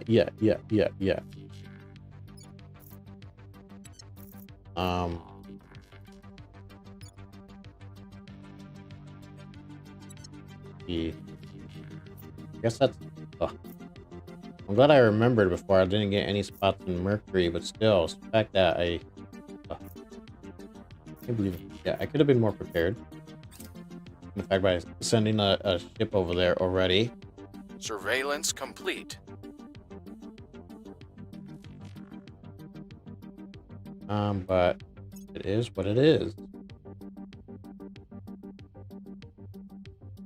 Things are stabilizing. We're stabilizing. Repeat. Things are stabilizing.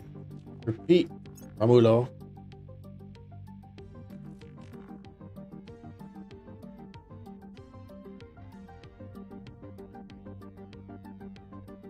If things fall apart, the center cannot hold. Mere anarchy is loosed upon the world, the blood-dimmed tide is loosed, yeah. We really don't need Yeats' defeatism right now. Commander Fiona Ayawade, Private Correspondence. Yeet? Is that an actual thing? Let me look this up real quick. Yeet.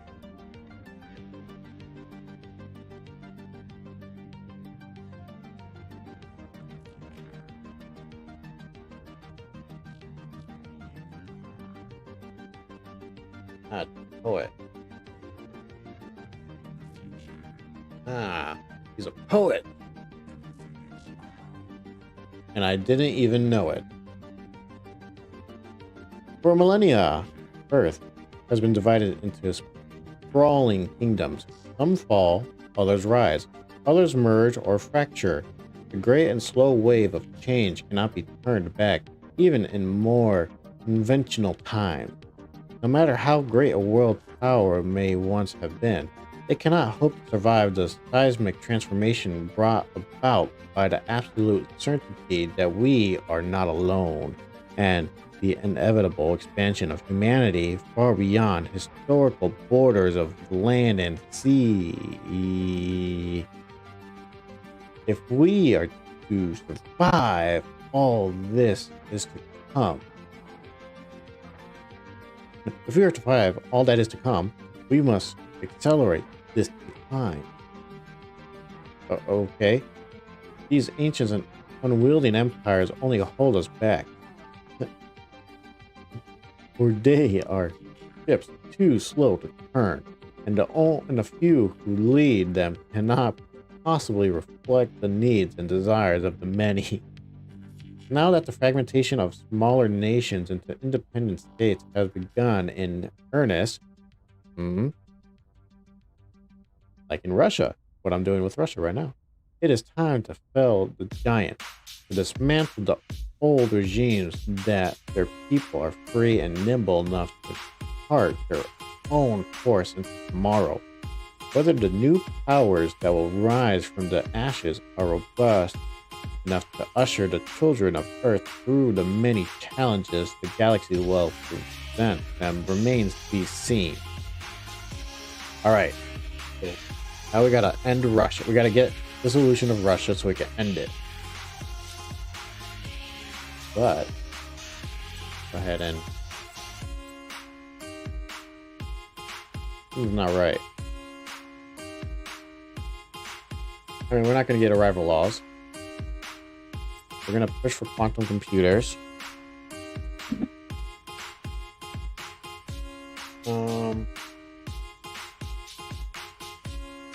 Nah. Yeah, I think.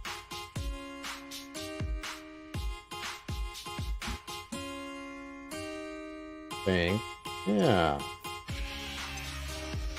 No, what was I thinking? I wasn't thinking anything. I'm just saying, yeah. I think we're gonna continue on. I hope that we can dissolve Russia a lot sooner than I would like. We can end China. That might.